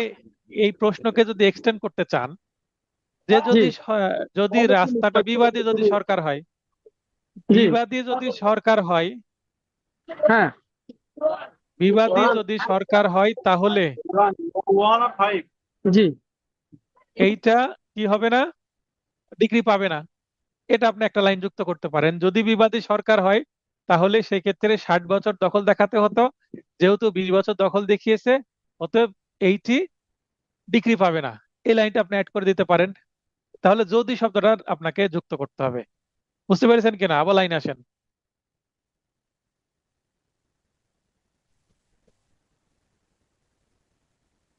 হ্যাঁ, এবার আর কে কথা বলতে চাইলে তিনি লাইনে আসেন। আসসালামু আলাইকুম স্যার। হ্যাঁ, ওয়ালাইকুম আসসালাম। স্যার রেজওয়ান ইসলাম ভাই কথা বলেন। ভাই স্যার মহানগর এলাকায় কি 145 দ্বারা কার কাছে মামলাটা করবো স্যার? কমিশনার কাছে না অতিরিক্ত জেলা ম্যাজিস্ট্রেট বসে মহানগর আচ্ছা, এলাকায়? মহানগর এলাকাতেও অতিরিক্ত জেলা ম্যাজিস্ট্রেট আছে। আপনি অতিরিক্ত জেলা ম্যাজিস্ট্রেট বরাবর লিখতে পারেন, অথবা সরাসরি জেলা ম্যাজিস্ট্রেট বরাবরও লিখতে পারেন। জেলা ম্যাজিস্ট্রেট এবং অতিরিক্ত জেলা ম্যাজিস্ট্রেট একই। জি স্যার, জি জি। ঠিক আছে, আর কারো প্রশ্ন আছে? হ্যাঁ, সোহেল রানা ভাই প্রশ্ন আসসালামু করেন। আলাইকুম স্যার। হ্যাঁ, ওয়ালাইকুম আসসালাম ভাই, কি অবস্থা বলেন? স্যার আলহামদুলিল্লাহ ভালো আছে স্যার। আপনার ওই যে 8 নম্বর প্রশ্ন স্যার, বার্ডেম অফ প্রুফের ওই যে স্যার ওইটা একটু পিডিএফ দিয়ে ভালো হয়, ভালো আছে। Burden of BIRDEM of proof. Proof sir. G sir. Burden of proof কাকে ফৌজদারি বলে? আর হ্যাঁ, জি স্যার, তো এখানে ফৌজদারি মামলার দেওয়ানি ও ক্ষেত্রে ফৌজদারি মামলায় প্রমাণের দায় ভিন্ন রূপ কিনা। তো এখানে জি দেওয়ানি ফৌজদারির কিছুটা ভিন্ন রূপ আছে। স্লাইড, জি হ্যাঁ, স্যার। এই অংশটুকুর উত্তর পিডিএফ দিয়ে দিব। ঠিক আছে, আপনারা জি স্যার। 101 থেকে 112 আলোচনা করলেই হয়ে যাবে। এখানে এই অংশটা উত্তর করলে আমি পিডিএফ দিয়ে দেবো। হ্যাঁ, জি স্যার। দেখবেন যে 105 ধারায়, তারপরে আরো কিছু আছে যেমন প্লিয়া প্যালিবি 103, অন্যত্র থাকার অজুহাত। অন্যত্র থাকার অজুহাতটা কিন্তু শুধুমাত্র ফৌজদারি ক্ষেত্রে প্রযোজ্য। এটা আসামি দাবি করে অন্যত্র ছিলাম 103, মানে প্লিয়া প্যালিবি। এটা তো আপনার সিভিল মামলার ক্ষেত্রে প্রযোজ্য নয়। ঠিক জি আছে, স্যার। জি স্যার। 105টা স্যার, 105(3)। হ্যাঁ, এটা আপনারা একটু সেকশন গুলো পড়লেই ক্লিয়ার হবেন, বুঝতে পারবেন যে এটা সিভিলের ক্ষেত্রে প্রযোজ্য, এটা প্রযোজ্য না। তারপরে আমি এটা গ্রুপে দিয়ে দিচ্ছি। তবে একটু আমাকে মেসেজ দিয়ে রাখতে হবে যে মডেল টেস্ট 2 8-এর ক বা burden of G proof sir. সংক্রান্ত যে এই লাইনটা আমাদের হয়তো বা স্ক্রিনশট দিলেন, একটু ডিটেল উত্তর দিয়ে দেন বলে একটা মেসেজ দিয়ে রাখেন। আমি কালকে একটা ডিটেল উত্তর দিয়ে দিব। ঠিক আছে, আর জি স্যার। আর প্রশ্ন আসসালামু আছে? আলাইকুম স্যার। আর প্রশ্ন জি আছে? না স্যার, দোয়া করেন আচ্ছা, স্যার কালকে স্যার। অবশ্যই দোয়া করি। ঢাকায় আছেন না নগাঁতে আছেন? না স্যার, ঢাকাতে আসছে স্যার। আচ্ছা, গুড, ভেরি গুড, রেস্ট নেন। হ্যাঁ, প্রকাশ ভাই, হ্যাঁ, দুঃখিত নমস্কার। প্রকাশ ভাই, আপনার সাথে আমার টাইমিং না মিলার কারণে আপনাকে সময় দিতে পারিনি। আমি অবশ্যই কালকে আপনাকে সময় দেব। নমস্কার, বলেন। আদাব। হ্যাঁ জি স্যার। স্যার আমি মানে শুনে যতটুকু হয়েছে, আমি যে যে প্রশ্নগুলো দরকার ছিল আমি পেয়ে গেছি, এজন্য স্যার আপনাকে ধন্যবাদ। এক, আর পড়ার সুযোগ পাইনি, এজন্য রেজাল্ট ভালো হওয়ার সম্ভাবনা কম দেখতেছি। আচ্ছা, তো যাক কেন আপনি সুযোগ পাননি? আচ্ছা, আপনার এরকম স্বভাব কেন? আপনি ঢাকায় হোটেলে আমার পাশে ছিলেন, জি পাশের স্যার। রুমে ছিলেন। আপনাকে যখন আমি প্রথম সময় দিতে গেলাম, আপনার এই ধরনের কথাবার্তা, হতাশা, ভয় কম, মানে ভয়, সাহস নাই। তারপরে আপনাকে জাস্ট আধা ঘন্টা সময় দিয়েছি, তাই নয় কি? হ্যাঁ জি স্যার, আপনার জন্য পাস করছি আপনার স্যার। আধা ঘন্টা আমি সময় দিয়েছি, দিয়ে আপনার পড়াটাকে গুছিয়ে দিয়েছি। আমি আগে বোঝার চেষ্টা করেছি আপনার প্রবলেম কোথায়, এবং আমি দুইটা ঢাকায় মডেল টেস্ট নিয়েছি। সেই দুইটা মডেল টেস্টের সলিউশন আপনার কাছে ছিল, প্রশ্ন ছিল, এবং আমি জি কোন প্রশ্ন আপনার উত্তর সঠিক করেছেন এবং কোন প্রশ্নের উত্তর ভুল করেছেন এইটা আমি সঙ্গে সঙ্গে আলাদা করেছি, এবং লক্ষ্য করলাম কোন প্রশ্নের উত্তরে আপনি এক্সপার্ট সেগুলো নিয়ে আলোচনা করিনি। তার মানে প্রকাশ ভাই এগুলো ভালোভাবে করতে পারেন। তাহলে প্রকাশ ভাইকে কোনগুলো সাপোর্ট দিতে হবে, সেইটা আমি বুঝে সেই জায়গায় আপনাকে সাপোর্ট দিয়ে দিয়েছি, এবং আপনাকে আমি বলে দিয়েছি এটা এইভাবে এভাবে আপনি দেখেন। এবং আমি আপনাকে এটাও বলেছি এই এই প্রশ্নগুলো আপনি আবার রিপিট দেখেন, এই রাত্রে শুধুমাত্র এই প্রশ্নগুলোই দেখবেন, পরীক্ষার আগের রাত্রে, তাই না? হ্যাঁ, জি স্যার, জি স্যার। তো পরীক্ষার স্যার, আগের রাত্রে আপনাকে যে সাপোর্টটা দিয়েছিলাম, আপনি বারবার স্বীকার করেছেন, আমার কাছে কৃতজ্ঞতা প্রকাশ করেছেন। যদিও আপনি আরেকটা কোচিং সেন্টারে অনলাইনে পড়তেন, তো সেখান থেকে আপনি সেই টাইপের সাপোর্ট পাননি, আপনি বলেছেন। হয়তোবা তার সময়ের অভাবের কারণে, হয়তোবা তার স্টুডেন্ট বেশি, বা নানান কারণে আপনি তাকে হয়তোবা প্রশ্ন করেননি, কারণ সে টিচার, লেডি টিচার ছিলেন। তো ভদ্রমহিলা আপনাকে সেভাবে সাপোর্ট দেননি ওয়ান বাই ওয়ান কথাবার্তায়। তবে আমি আপনাকে কালকে দুপুরে সময় দিব, ঠিক আছে? জি স্যার। কালকে আপনাকে দুপুরে সময় দিব, আপনি একটা নোট করে রাখবেন, অথবা আপনার প্রশ্নগুলো আপনি খাতায় লিখে আমাকে ছবি তুলে পাঠাই দিয়ে রাখেন, তাহলে আমি দ্রুত সেগুলোর উত্তর দিতে পারবো। আর কালকে আপনাকে দুপুরে সময় দেবো, সন্ধ্যার পরেও সময় দেবো, কারণ শেষ রাতে সময় দিলে আপনার কাজে লাগে, তাই নাকি? হ্যাঁ, জি স্যার। আর আপনি শেষ দিকে একটা শর্ট নোট চাইলেন। আমার শর্ট নোট বলতে এই যে শর্ট সাজেশন দিয়ে দিয়েছি আমি। আমি মোবাইলে টাইপ করে করে আপনাদের দিয়ে দিয়েছি, যেটা 7টা সাবজেক্টের আলাদা আলাদা সাজেশন দিয়েছি, 4টা করে টপিক দিয়েছি মাত্র। সেই সেগুলো একটু টাচ করেন, এবং আমার যে লাস্ট দুইটা মডেল টেস্ট 1 এবং এই মডেল টেস্ট 2, এই প্রশ্নগুলো ভালোভাবে দেখেন। আর কি দেখবেন, 3টা ক্লাস টেস্ট নিয়েছি, সে 3টা ক্লাস টেস্ট ভালোভাবে দেখেন। তাহলে 3টা ক্লাস টেস্ট, 2টা মডেল টেস্ট, 5টা পরীক্ষার প্রশ্ন ভালোভাবে যদি দেখেন, আশা করি আপনার শর্ট নোটের কাজ হয়ে যাবে। আশা করি এগুলো পারা যাবে, কারণ এবং প্রতিটারই আমি কি দিয়েছি, অ্যান্সারিং হিন্ট দিয়েছি। জি class sir. Test 1 to 3 answering hint দিয়েছি, এবং মডেল টেস্ট 1 2 এরও অ্যান্সারিং হিন্ট আমি আজকে দিয়ে দিয়েছি। আশা করি এই 5টা প্রশ্নের অ্যান্সারিং হিন্ট সহ যদি একটু পড়ে যান, আপনার শেষ পর্যন্ত ভালো পারফরমেন্স হওয়ার ভালো সম্ভাবনা আছে। তবে আমি 1 নম্বরের উত্তরও কমন দিতে পারবো বলে কোনো গ্যারেন্টি দিচ্ছি না। 100 নম্বরে আনকমন হতে পারে। পরিস্থিতি কোন দিকে যাবে সেটা আমি বলতে পারছি না, তবে আমি আশাবাদী ভালো কমন পাবেন, আশাবাদী, গ্যারেন্টি নাই। তবে হ্যাঁ, কমন পান আর না পান, প্রশ্নের উত্তর করার মতো ক্যাপাসিটি আপনাদের আমি তৈরি করে দিয়েছি এই জার্নিতে। যারা আমার মূল ক্লাসে ছিলেন, মূল ব্যাচে 2024 সালের শুরুর দিক দিক থেকেই, অর্থাৎ 1.5 বছর আমার সাথে আছেন, আপনারা অনেকেই আছেন 1.5 বছর ধরে, অনেকের বেশি সময় ধরে আছেন, আমার সাথে লেগে আছেন, সেটার ফল আশা করি আপনারা পাবেন। এবং যারা এই যে রিভিশন ব্যাচে অল্প সময়ে ভর্তি হয়েছেন, এমসিকিউ 2025, অর্থাৎ এপ্রিলে পরে মে মাস এবং জুন মাসের, এই 2টা মাসের জন্য, 2টা মাসেরও কম সময়, এই সময়ে আমার সাথে যারা আছেন তারাও আশা করি ভালো করবেন। যদি প্রশ্ন কমন নাও পান, সেক্ষেত্রে আমার যে আলোচনা আছে, ভিডিও আছে, এখানে আপনার অনেক কিছু তৈরি করে দিয়েছি আমি, ঠিক আছে? তো এইগুলো আপনারা একটু বোঝার চেষ্টা করবেন। এবং যারা আমার এমসিকিউ নোট কালেকশনে রেখেছেন, এমসিকিউ ব্যাচের স্টুডেন্ট ছিলেন, এমসিকিউ নোট থেকেও অনেক কিছু কমন পেয়ে যাবেন। অর্থাৎ রিটেন নোটে কমন নাই, কিন্তু এমসিকিউ থেকে কমন পেয়ে যাবেন। এবং আমি কিছু টেকনিক দেখিয়েছি আমার এমসিকিউ নোটের তথ্য নিয়ে কিভাবে রিটেন নোট এস্টাবলিশ করবেন, সেটা আমি ক্লাস টেস্টের মাধ্যমে দেখিয়েছি, ক্লাস টেস্টে রিটেন নোট থেকে কমন দিইনি, কিন্তু এমসিকিউ নোট থেকে কমন দিয়েছি। এবং আমি দেখিয়েছি অ্যান্সারিং হিন্টে যে সেটা কিভাবে আপনি এমসিকিউ নোটের তথ্যকে রিটেন নোটে কনভার্ট করে রিটেন পরীক্ষার মতো করে আপনি উত্তরপত্রে দিয়ে আসতে পারবেন। তো ঠিক আছে প্রকাশ ভাই, কথা হবে, আপনার জন্য আশীর্বাদ থাকলো। আচ্ছা, আর কেউ কোনো প্রশ্ন করবেন? লাইনে আসেন, হাত উত্তোলন করার দরকার নেই, টাচ করলেই লাইনে আসতে পারবেন। আর যদি কথা না থাকে বা লাইভ ক্লাসে বলতে চাচ্ছে না, লাইভ ক্লাসে এগুলো কিন্তু সব রেকর্ড হচ্ছে, আমি রাত্রেই আপলোড করে দিব, তাহলে সবাই রাত্রে দেখার সুযোগ না পেলেও সকাল থেকে দেখতে পারবেন, অনেকের উপকার হবে।